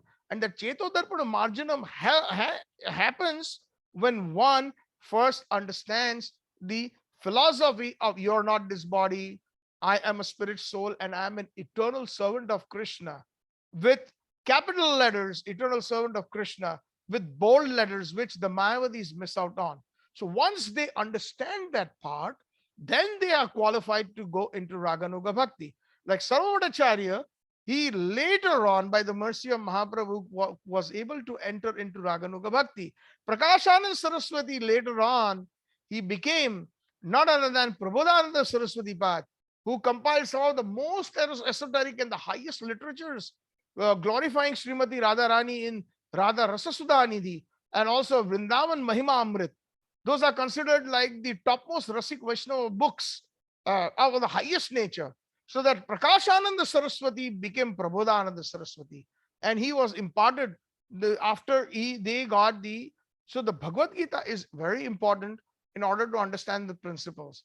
But we have to go beyond Bhagavad Gita. Once we have taken to Bhagavad Gita seriously, then after that, Chakshudana Dilojai Janme Janme Prabhu say Divya Gyan Hriday Prakashito. We sing that every morning in the Guru Puja. I mentioned that many a time. This is the wonderful explanation given by our Rasik Acharyas, that Narottam Das Thakur says that birth after birth, even after once we leave our bodies, and again if we get a human body, we get a Vaishnava birth. Birth after birth is divine grace. Srila Prabhupada, there are divine graces in our Gaudiya Acharyas like Bhakti Siddhanta Swasi Thakur, Srila Gaur Kishore Babaji Maharaj, Srila Bhakti Vinod Thakur ji, Srila Jagannath Das Babaji Maharaj, Srila Baldev Vidya Bhushan ji, Srila Vishwanath Chakravarti Pad, the six Goswamis, etc. They will give us those divine eyes to enter into the Raganuga Bhakti. They will open up new doors. Just like when we are immature, and our father and mother will only reveal so much to us, as much we can absorb. Whether it is the theory of reproduction or it is some of the economics of the household. At a certain level that we will understand, they explain that. But the moment we graduate and postgraduate, we get our MBA and we get our higher degrees, then the father will say, my son, from tomorrow on, you will be coming to the office. Here is your office, here is your chair, and here is the checkbook, and here is the information that I'm going to give you. I'm going to reveal you all our good customers, and I'm going to reveal you all the nitty-gritties and the intricacies of a business as to which money is in which account and from where we pay who, and who do we actually partner with, and who do we caution with. So all those details, the father, depending on the maturity of the son, all those details are given. Similarly, Srila Prabhupada, our acharyas can't wait for us to come from the Sambandha stage to the right now we are in Sambandha. We're trying to build Sambandha with Krishna through sadhana, and also the process of sadhana being abhidhyay, but that abhidhyay will culminate into prayojan. Prayojan means Krishna prema, the ultimate goal. But that is what they will give us dan. They will give us the donation of those spiritual eyes. But we have to be enthusiastic about that. 40 years, 50 years, we simply study Bhagavad Gita. Then at the end of our life, we will be Krishna conscious, guaranteed. And Srila Prabhupada is very smart. He says you will go back home, back to Godhead if you follow the 4 regulative principles, chant 16 good rounds of the Mahamantra, and remain Krishna conscious by studying Bhagavad Gita and other Krishna conscious literatures. So not necessarily back to Godhead means Golok Vrindavan. Back to Godhead means there are millions and millions of planets, spiritual planets in the Vaikuntha sky. That is back to God. Prabhupada never said back to Golok Vrindavan. Back to Golok Vrindavan is a very different entity. It's not a piece of cake. Unless and until we enter into the Raganuga Bhakti of the 6 Goswamis, unless and until we become Rupa Nugas, there is no way we will enter Golok Vrindavan. But to encourage, Prabhupada was very, very amazingly smart Vaishnava. Jai Bhaje Krishna Shai Bodo Chatur. Mahaprabhu has said that Krishna's Kaviraj Goswami and Chaitanya Charitamrita, those who worship Krishna are very, very clever, especially those who are pure Vaishnavas. They know exactly when to answer how. They know exactly how to encourage everyone to Krishna consciousness. Jena Kena Prakarena. By anyhow, one should turn into Krishna consciousness. One should be given an opportunity and one should take to Krishna consciousness. So, as a general rule, we should discuss the philosophy. And that is the reason Sarvamata and Prakashananda Saraswati were generally given the philosophy. They were not given initially, they were not given the rasa of Vrindavan. However, he taught the principles of bhakti cult to students like Sanatan Goswami and Rupa Goswami. So see the delineation here. Srila Prabhupada has distinctly to Rupa Goswami and Sanatan Goswami, they were empowered, and not only that, very capable, because Rupa Goswami is Rupa Manjari, none other than one of the Kinkaris or the Pran Sakhis of Radharani. Sanatan Goswami is none other than Lavanga Manjari, one of the most dear Sakhis, Pran Sakhis, Kinkaris in the Vipaksha, in her own camp of Sri Radha. So Mahaprabhu did not have to go through philosophy of Bhagavad Gita with them.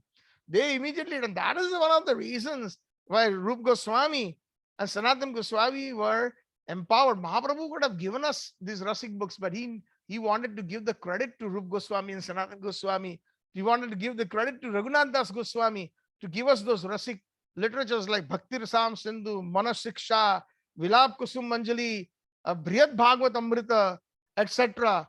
So many Hari Bhakti Vilas. So all these subject matters of rasa were given to us by the 6 Goswamis, because they were directly given siksha. Rupa and Sanatan especially were given direct siksha by Chaitanya Mahaprabhu. So Srila Prabhupada has amazingly given 2 examples: philosophy with personalities like Sarvamata and philosophy with personalities like Prakashananda and Saraswati, because they were Mayavads, Brahmavads. And those who are already Rasik in nature, those who are already ready to listen to the ripened fruit of the Rasik philosophy and the Rasik Katha and instructions, that were Rupa and Sanatan. So here we find that he taught the principles like this, principles of bhakti cult to the students, and Sanatan Goswami and Rupa Goswami. And he discussed with Sri Ramananda Rai the topmost devotional dealings between Krishna and the gopis for the general populace. He performed Sankirtan very vigorously. We must also follow those principles in preaching Krishna consciousness all over the world. So here Prabhupada has mentioned in the purport a very important point, along with, if not only just Rasik Katha, he performed, Chaitanya Mahaprabhu performed Sankirtan very vigorously. So this is another point that Srila Prabhupada, so we have to do both. In other words, Cheto Darpana Marjanam Bhava Mahadavi Dava Agni Nirvapanam.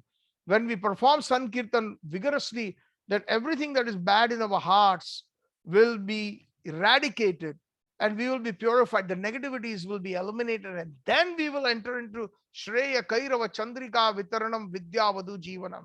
Chaitanya Mahaprabhu will bless us, Nityanand Prabhu will bless us with millions and millions of cooling moons, that kind of coolness in this tormented place of forest fire, because of the purification that we will enter.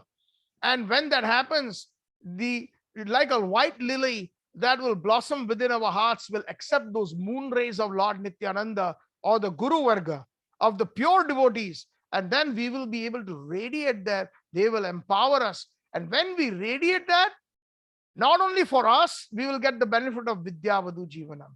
Vidyavadu Jivanam means the life and the way the gopis of Vrindavan dealt in their amorous pastimes with Krishna will be understood, and we will be able to share those. That is the inner meaning of the Sistastakam first verse. And when that happens, what is the next symptom? Ananda Ambudhi Vardhanam. Anand means bliss, Ambudhi means an ocean, and Vardhanam means to increase. And what is that? The devotee's bliss, Satchitananda, which is the devotee, the soul is Satchitananda. The soul is the same as, but in a very, very minute way, a representation of all the qualities of Krishna. Krishna is Satchitananda Vigraha. He is Vibhu. He is great. And we are Anu. We are atomic or infinitesimal. But we are also Satchitananda. So it will increase, even though we are so minute or infinitesimal, it will increase our ocean of bliss when we reach that Vraj Bhav, or when we obtain that. And Ananda Amudhi Vardhanam also means, Ananda Amudhi means Radha Krishna.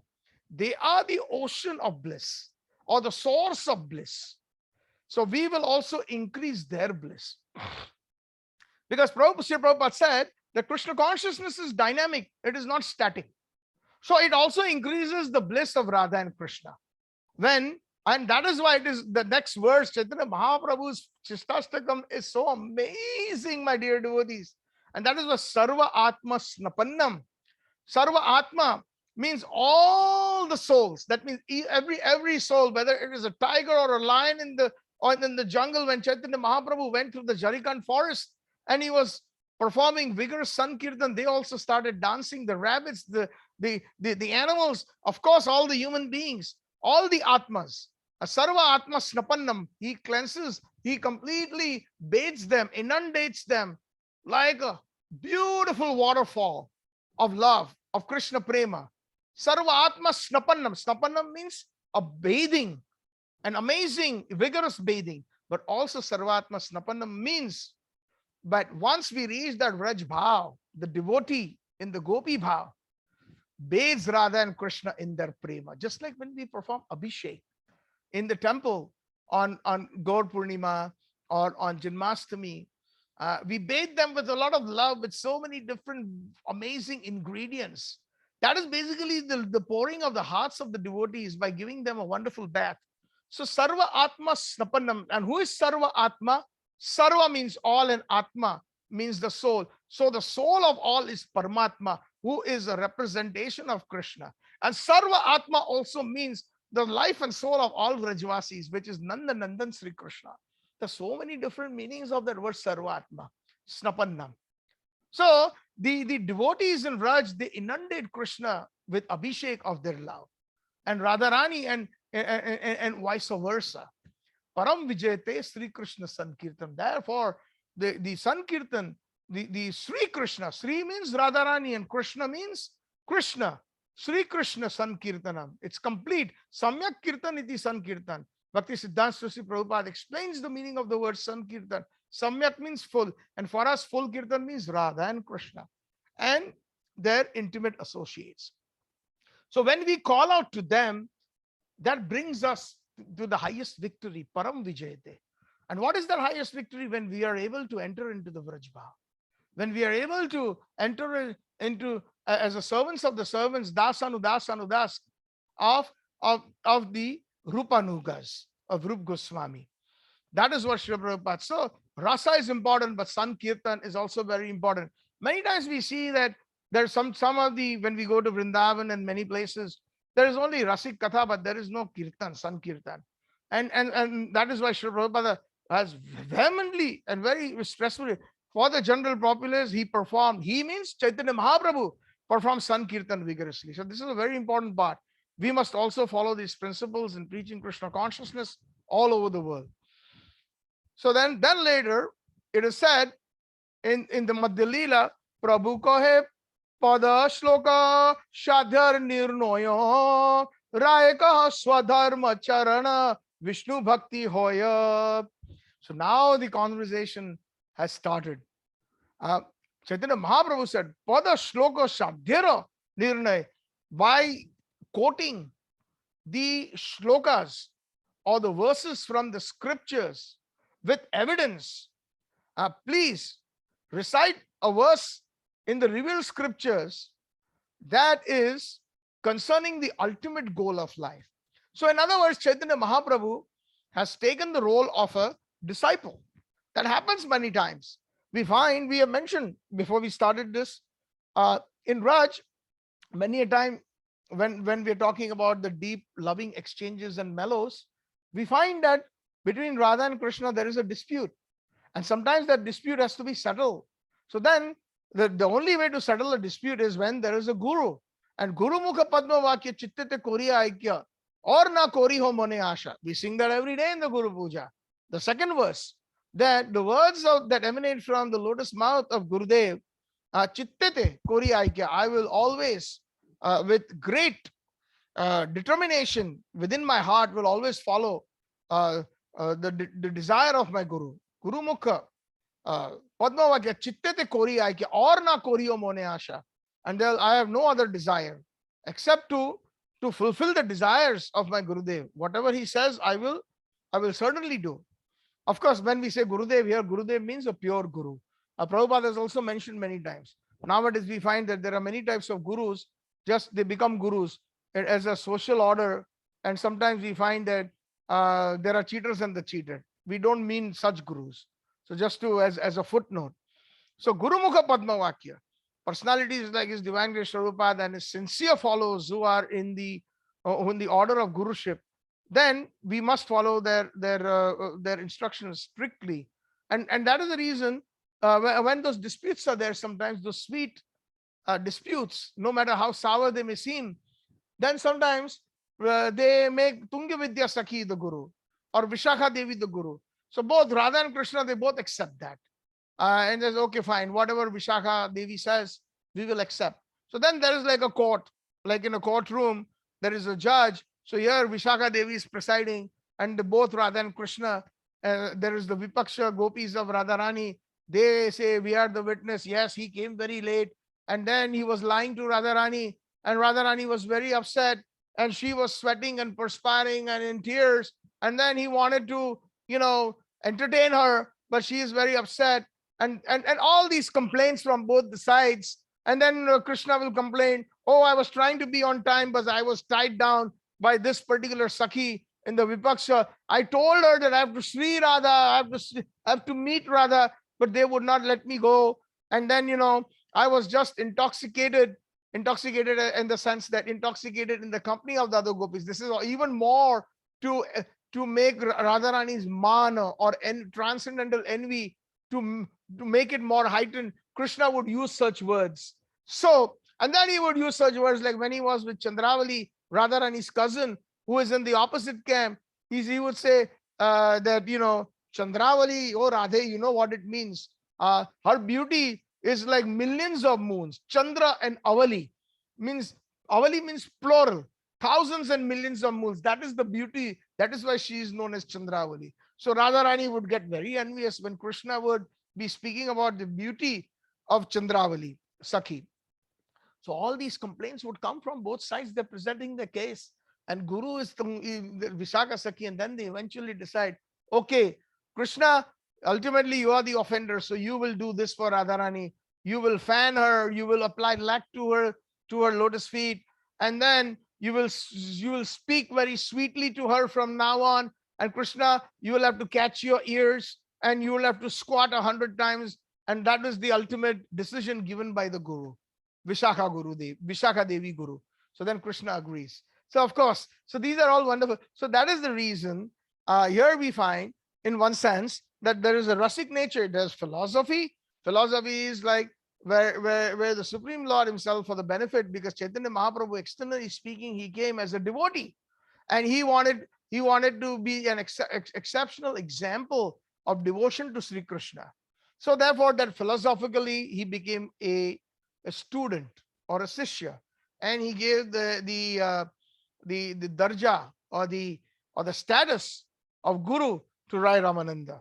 And of course, from the Rasika angle, he knew, Krishna knew that Vishakha Devi knows all the perfect nuances, right from the philosophy, which is right from the basics of Bhagavad Gita, to all the Rasik nectar, because she has witnessed everything in Raj and she is a part of it on a daily basis. So that would be the best thing to do. So what an amazing combination that Mahaprabhu takes a very, very simple role. If you remember, Mahaprabhu also took the role of a disciple with Sarvamutacharya in Jagannath Puri. But when Chaitanya Mahaprabhu came to Jagannath Puri, and when the darshan of Lord Jagannath opened, and at that time in the Jagmohan, Mahaprabhu started dancing in ecstasy and he started chanting the Mahamantra, and he was in the Bharti Sampradaya sannyas, in the Mayava Sampradaya sannyas. And when Sarvabhattacharya used to come every morning along with his disciples to take darshan of Lord Jagannath, there he saw somebody who is in our Mayavad Sampradaya. This Mayavadi sannyasi is dancing crazily and he's chanting Hare Krishna Mahamantra. And he and because he was a grandfatherly figure, and he said that this is not right. I don't know if this young sannyasi has understood the Vedas or the Vedanta. And then Mahaprabhu eventually fainted in front of Lord Jagannath in ecstasy. So then Sarvabhattacharya asked his disciples, pick him up out of grandfatherly compassion and love, bring him to my 24-year-old youthful young sannyasi, very effulgent.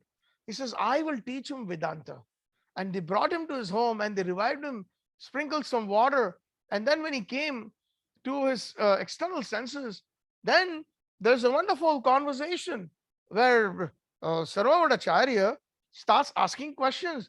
You are a sannyasi in our sampradaya, Ekadandi sannyasi, one danda sannyasi you have taken. Have you studied Vedanta? Have you studied the Vedas?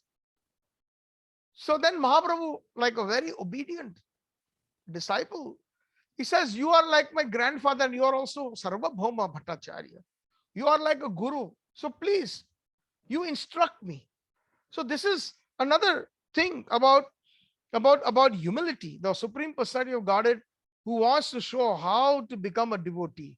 Tat vidhi pranipatena pariprashnena sevaya upadakshanti jnanina tattva darshana. Bhagavad Gita, Krishna says that in order to obtain knowledge, transcendental knowledge, one should serve a realized soul by asking the right questions and with humility and serving them. So similarly, that is the bhav. So Chaitanya Mahaprabhu and Sarvabhattacharya, seeing that now Mahaprabhu is ready to learn, he very nicely sits down and for 7 days, for days on, actually I forgot whether it is 7 days or 14 days, something like that, at least a week or more, he speaks about the Vedanta. So many nuances. And for 7 days, I believe, Mahaprabhu silently hears him. Not a single word, not a single question. And finally, Sarvabhattacharya says, I've been speaking for 7 days, Vedanta, and about the Vedas, the different nuances. You're not asking me a single question. I don't know if you've understood what I've said. Whether you've understood what I've said or not understood, how would I understand? Unless and until you ask me questions. So then, Chaitanya Mahaprabhu at that point, he said that, yes, I did not understand this particular part that you had mentioned about. And then there's a discussion about the verse Atmaram, just 64 different ways. Chaitanya Mahaprabhu, when he says, I did not understand this. So Sarvabhattacharya tried to explain. He says, then what do you think about that? And when he asked him, what do you think? At that time, Chaitanya Mahaprabhu humbly said, I think that one of the meanings could be this and one of the meanings could be this. 64 different ways he explained it from a Vaishnava perspective. He was flabbergasted. And then finally, when he understood, at that time the roles changed. At that time, Chaitanya Mahaprabhu, showing full compassion on Sarvabhattacharya, showed him the Shadabhuja form, the 6-arm form of a sannyasi with 2 hands, with one danda or the sannyastic and one kamandal or the begging pot. 2 hands of Lord, one of Lord Ramachandra, 2 hands of Lord Ramachandra, one with the bow and the arrows, and 2 hands of Lord Krishna one with the flute and one with the Sudarshan Chakra, like 6 hands, showing that I am that personality, my avatars, and I am Sri Krishna himself, and I am Chaitanya Mahaprabhu, the person that you're seeing me. And then he showered his compassion and he became a pure devotee, Sarvabhatacharya. So sometimes the Lord takes the role of a disciple, but there are deeper meanings behind this. So Chaitanya Mahaprabhu said, recite a verse from the revealed scriptures concerning the ultimate goal of life. What a way. Similarly, if we remember Srimad Bhagavatam also starts with a similar kind of a question. What was the question that Parikshit Maharaj asked in the beginning of Srimad Bhagavatam to Sukadeva Goswami? Please, what is the duty of a man, what of mankind? And then he adds later on, especially the one who is about to die. So the duty of mankind, same thing. From the revealed scriptures, what is the ultimate goal of life? Now, when we ask so many different people about that, we will get different answers.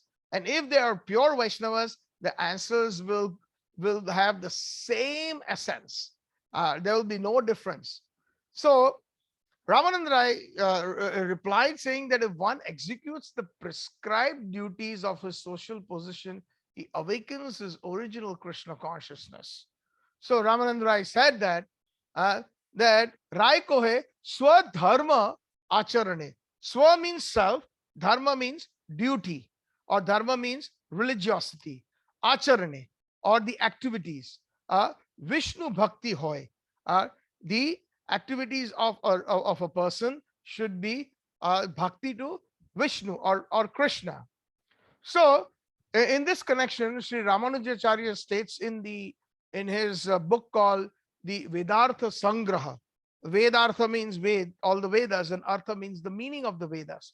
So the conglomeration of the meaning of the Vedas, Sangraha means the conglomeration or the collection. In the Vedartha Sangrartha, the devotional service is naturally very dear to the living entity because that is its sabha or its nature. Indeed, that's the life of goal. So Ramanujacharya has endorsed that. But Ramanujacharya is none other than there is Lord Balram in the bhav of Vaikuntha, who is Lakshman. So in the Aishwarya bhav. But nevertheless, the conclusion, whether Vaikuntha or Golok bhav, the conclusion is that the prescribed duties should be to please Krishna or Vishnu. And this devotional service is supreme knowledge or Krishna consciousness, and it brings detachment from all material activity. In the transcendental position, a living being can perfectly acknowledge the superiority of the serving Supreme Lord.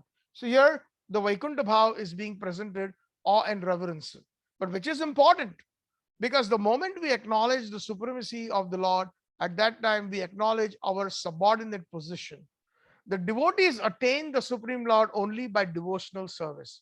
Krishna mentions in the Bhagavad Gita, Bhaktya Mam Avijanati. One can only know me through pure bhakti.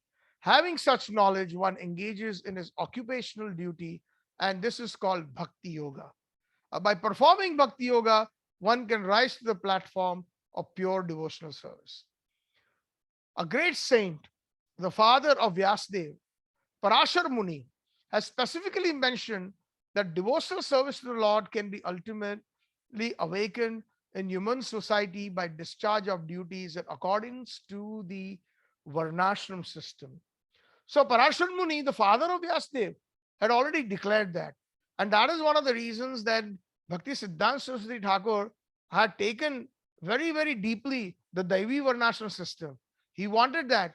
And that was because Bhaktivinoda Thakur had specifically written to him that now you are done a lot of personal bhajan bhakti. Now, if you really want to serve Mayapur Dham, you have to get out Navadip for the sake of the human beings who are just like animals, who are full of sense gratification. Bhaktivinoda Thakur, I believe he wrote this letter sometime in the 1910s or 1912, when Bhakti Siddhanta Saraswati Thakur, for 10 years, he chanted 300,000 names, about 18, 19 hours, like Namacharya Haridas Thakur in Navadip. He says, now you need to get out. That is real service to Mayapur Dham. Similarly, Srila Prabhupada, Real service to Vrindavan Dham is when he got out of Vrindavan for our sake. When he came, Nirvisesha Shunyavadi Paschatya Deshatarine, in order to deliver the fallen souls, to deliver the Mayavadis, to deliver the Buddhists, to deliver the Westerners. Prabhupada left Vrindavan. He brought Vrindavan to us. But that is real service to Vrindavan. That is Bhajananandi is one who stays in Vrindavan or in the Dham and simply is so engrossed in the bhajan so that when they leave their bodies, they will ultimately definitely rejoin their lordships in union in their respective planets, spiritual planets. But a pure bhajan Anandi further goes one step by becoming a Goshti Anandi. By leaving Vrindavan, by leaving Mayapur, Navadvip, leaving Jagannath Puri, and going all over the world, giving them Krishna Prema, giving the philosophy, and then that would culminate into the prayojan of Krishna Prema. That is the highest service to the Dham. That is the highest service. That is one of the reasons why Krishna in the 18th chapter has also said, Imam Paramam Guhyam. Those devotees who share the secret of Bhagavad Gita or this philosophy is most dear to me. Neither in the past nor present or in the future there will be a devotee that will be as dear to me. That is why Krishna Presthaya Bhutale. That is what in Prabhupada's Pranam Mantra, we find that in Srila Bhakti Siddhanta Saraswati Pranam Mantra. We find that also in a similar fashion in Rupa Goswami's or Sri Chaitanya Manobhishtam Sthapitam Jena Bhutale. The innermost core of Chaitanya Mahaprabhu's desire in the heart of Chaitanya Mahaprabhu was established Bhutale by Rupa Goswami. So, Devi Varnashram, that is what Bhaktivinoda Thakur instructed. And that because of Devi Varnashram, we find that Bhakti Siddhanta Saraswati Thakur, based on the quality of a person, one is elevated. Although one may be born in a meat-eating or a dog-eater Chandal family, one is qualified. And that is the reason why Srila Prabhupada, taking in the footsteps of his Guru Maharaj, considering the Devi Varnashram, Srila Prabhupada gave initiation and the second initiation to all devotees, regardless of their background, their country, their color, their creed. As long as they were chanting the Hare Krishna Mahamantra, they had gone through the purificatory process. They lived a nice Vaishnava Brahmin life. They chanted the mantras nicely. And then they were given, at that time, they were given the Upanayana Sanskar, the Gayatri Mantras, along with the Brahminical thread. Why? Because that is the Devi Varna by Guna. Krishna says in the Bhagavad Gita that Chaturvanyam Maya System Guna Karma Vibhagasha. It is by the qualities and it is by the activities. Nowhere Krishna says in that shloka or in that verse, it is by Janma, by birth. So one can qualify based on the activities, and a pure devotee is able to uplift the most patita pavana hetu tava avatar, most sama patita prabhu na pai bear. Sri Krishna Chaitanya Prabhu Daya Karo More. Narottam Das Thakur prays in one of his most famous bhajans that, oh Chaitanya Mahaprabhu, please have mercy on me. Patita Pavana Hetu Tava Avatar. The avatar, your incarnation, is here to uplift the fallen souls. And Mo Sama Patita Prabhu Na Pai Beya. There's no one as fallen as I. That is the reason why I'm asking for your mercy. So that is, many people have misunderstood Srila Prabhupada, even in India, even in Vrindavan. It gives a lot of pain. I have heard the Orthodox Brahmins in certain temples of Vrindavan where they have found fault in Prabhupada. Oh, a sannyasi or a person who was once taken residency in Vrindavan should never leave Vrindavan. Agreed. It is written in some of the scriptures. Even in in Vrindavan Mahima Amrit, Sripad has mentioned this Prabodhananda Sripad. But there is something which is such a level of prema that is inexplicable. Even leaving Vrindavan to give Krishna prem to others, ultimately, there is no better service than that to Sri Radha. No better service. You know, one time I was at Govardhan and they had this Monorath, meaning a big festival. And at the Mukharavind, there's a lotus mouth of of Govardhan, where the Vaishnavas with a lot of faith offer a lot of offerings, like 56 offerings, 108 offerings, sometimes even thousands. So some Vaishnavas from the Vallabh Sampradaya had, by Govind Kund, had this wonderful uh, celebration and nice kirtans, and they are even called different mahantas, or the leaders from different temples of Vrindavan or in Rajbhumi. I forget the name. He claimed, and then later on, after the kirtan and everything, before prasadam, the different mahantas or the leaders of the different temples, the local Rajvasis, they were asked to speak a few words. So this Rajvasi uh, from this Orthodox temple, who claimed that he was in the disciplic succession of Raghunath Das Goswami, in that chain, he talked about some nice things which I liked. He explained that there were 64 and a half Vaishnava tilaks. I learned something that day, that there are so many different Vaishnavas with the different tilaks, and there are 64 and a half. So, and then he spoke of nice things, and at the end, I was intrigued. So then, after he spoke, and along the way to the pandal where the Priti Bhojan was, where the feast was. So it was quite a few meters away. I would say at least a couple 300 feet away from the main celebration and the speakers area. So while along the path, I asked him these questions, and then he answered that. And then he saw my tilak. So he said, "Aap ISKCON se ho?" I said, "Yes, I'm from ISKCON." "Are you from ISKCON?" Hmm. So, then he mentioned something about in the lecture he had mentioned that one should never leave Vrindavan. So then I brought one point while I was walking to him in a private. There were a few other devotees, including local Rajvasis. I said that, uh, Maharaj, I think what you're saying is correct, but there is another facet or an angle to that, and the service to Sri Radha. There's no dispute that everybody in Vrindavan, Raseshwari Radharani, is the topmost worshipable object, along with Nanda Nandan Sri Krishna, Radharaman, Radha Gopinath, Radha Govind Devji, all the different deities where there's Radha and Krishna in their amorous pastimes. That is the primal and the primary uh, um, object of bhakti.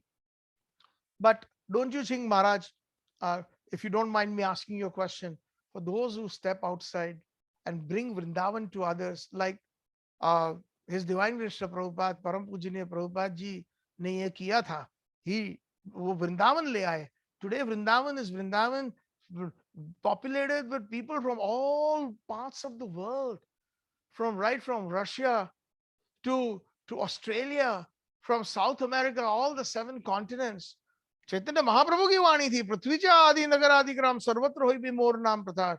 Chaitanya Mahaprabhu had predicted. You agree? You said you are from the Raghunath Das Goswami Sampradaya. I'm sure Chaitanya Charitamrita, we are on the same page when Mahaprabhu said that in every town and village my name will be spread. And Bhaktivedanta Swami Srila Prabhupada was instrumental in that, bringing वो तो ठीक है, but वो असली वो नहीं है. This is not the real thing. But that really brought tears in my eyes. I said, this is envy of Bhaktivedanta Swami Srila Prabhupada. Some of them, I had actually mentioned this before also. It broke my heart. One time in Toronto, one of the disciples of the Jati Goswamis, the custodians of the Radharaman temple, who actually come in the line of Gopal Bhatta Goswami. Actually, Gopal Bhatta Goswami was a Babaji. Raghunath Das Goswami was a Babaji also. They were never married. But it is their servants of Gopal Bhatta Goswami, they were grihasthas. But sometimes they kind of mislead the public, saying that they are in the blood lineage of Gopal Bhatta Goswami. Gopal Bhatta Goswami never married. He was a mendicant, and he had never married. None of the 6 Goswamis were married. So sometimes they mislead people. But those who know the real history, actually, Damodar Das ji, who was the servant of Gopal Bhatta Goswami, later on Gopal Bhatta Goswami gave Radharaman ji to Damodar Das ji, and he served them. And Damodar Das ji was a grihastha, and then from him, the present family lineage is there. So one of the young college-going boy who has become a Goswami, they all have their title as Goswami. He came to Toronto, and his disciple was there. He stayed in the disciple's house, and every day there was katha. And I used to attend. I like the Vraj Bhasha katha and everything. But on one day, maybe in the middle of the katha, maybe the third day or fourth day, I was along with a few other guests. I was allowed to sit with him and have their dinner prasadam.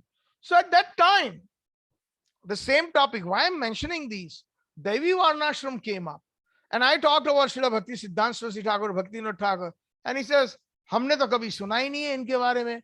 And Prabhupada ji तो अभी अभी आए. Prabhupada ji has just come recently.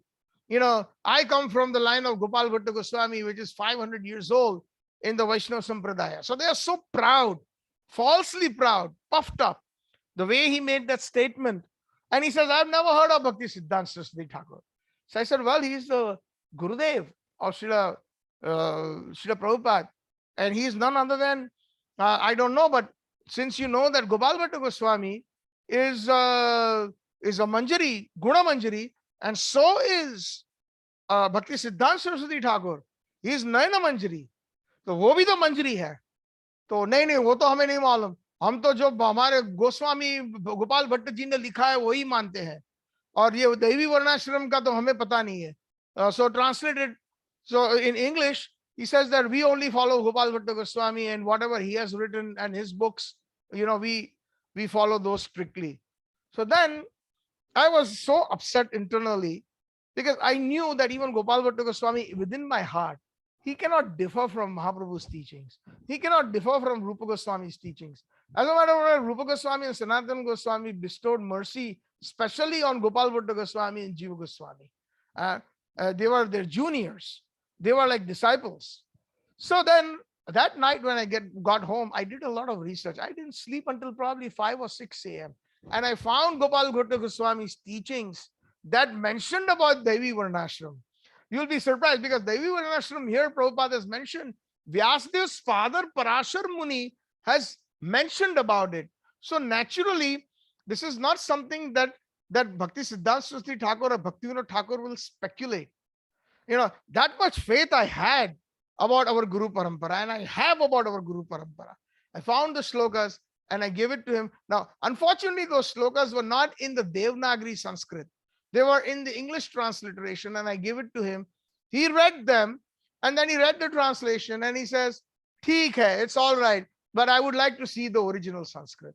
So, Miya gira so mera tangdi uppar, meaning one has already fallen, but in spite of that, thinking that, oh, I am on the top of the mountain.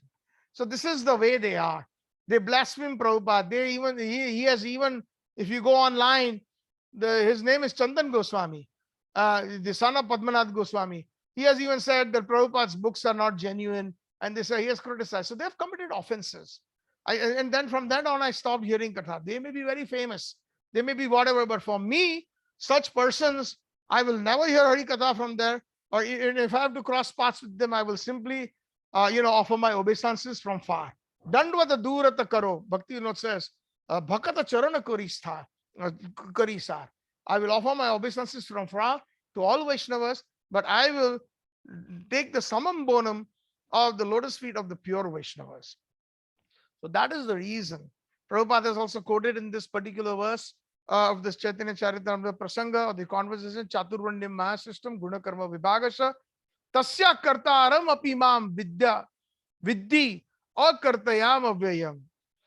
Again, even in the Bhagavad Gita, Prabhupada has quoted in relation to this particular verse, Sve Sve Karmani Abhirattaha Samsiddhim Labhyate Naraha Swakarma Nirata Siddhim Yatha Vidati Tashrino Yatha Pravritir Bhutanam Yena Sarvam Idam Tattam Swakarmanatam Abhyarcha Siddhim Vindati Manavaha.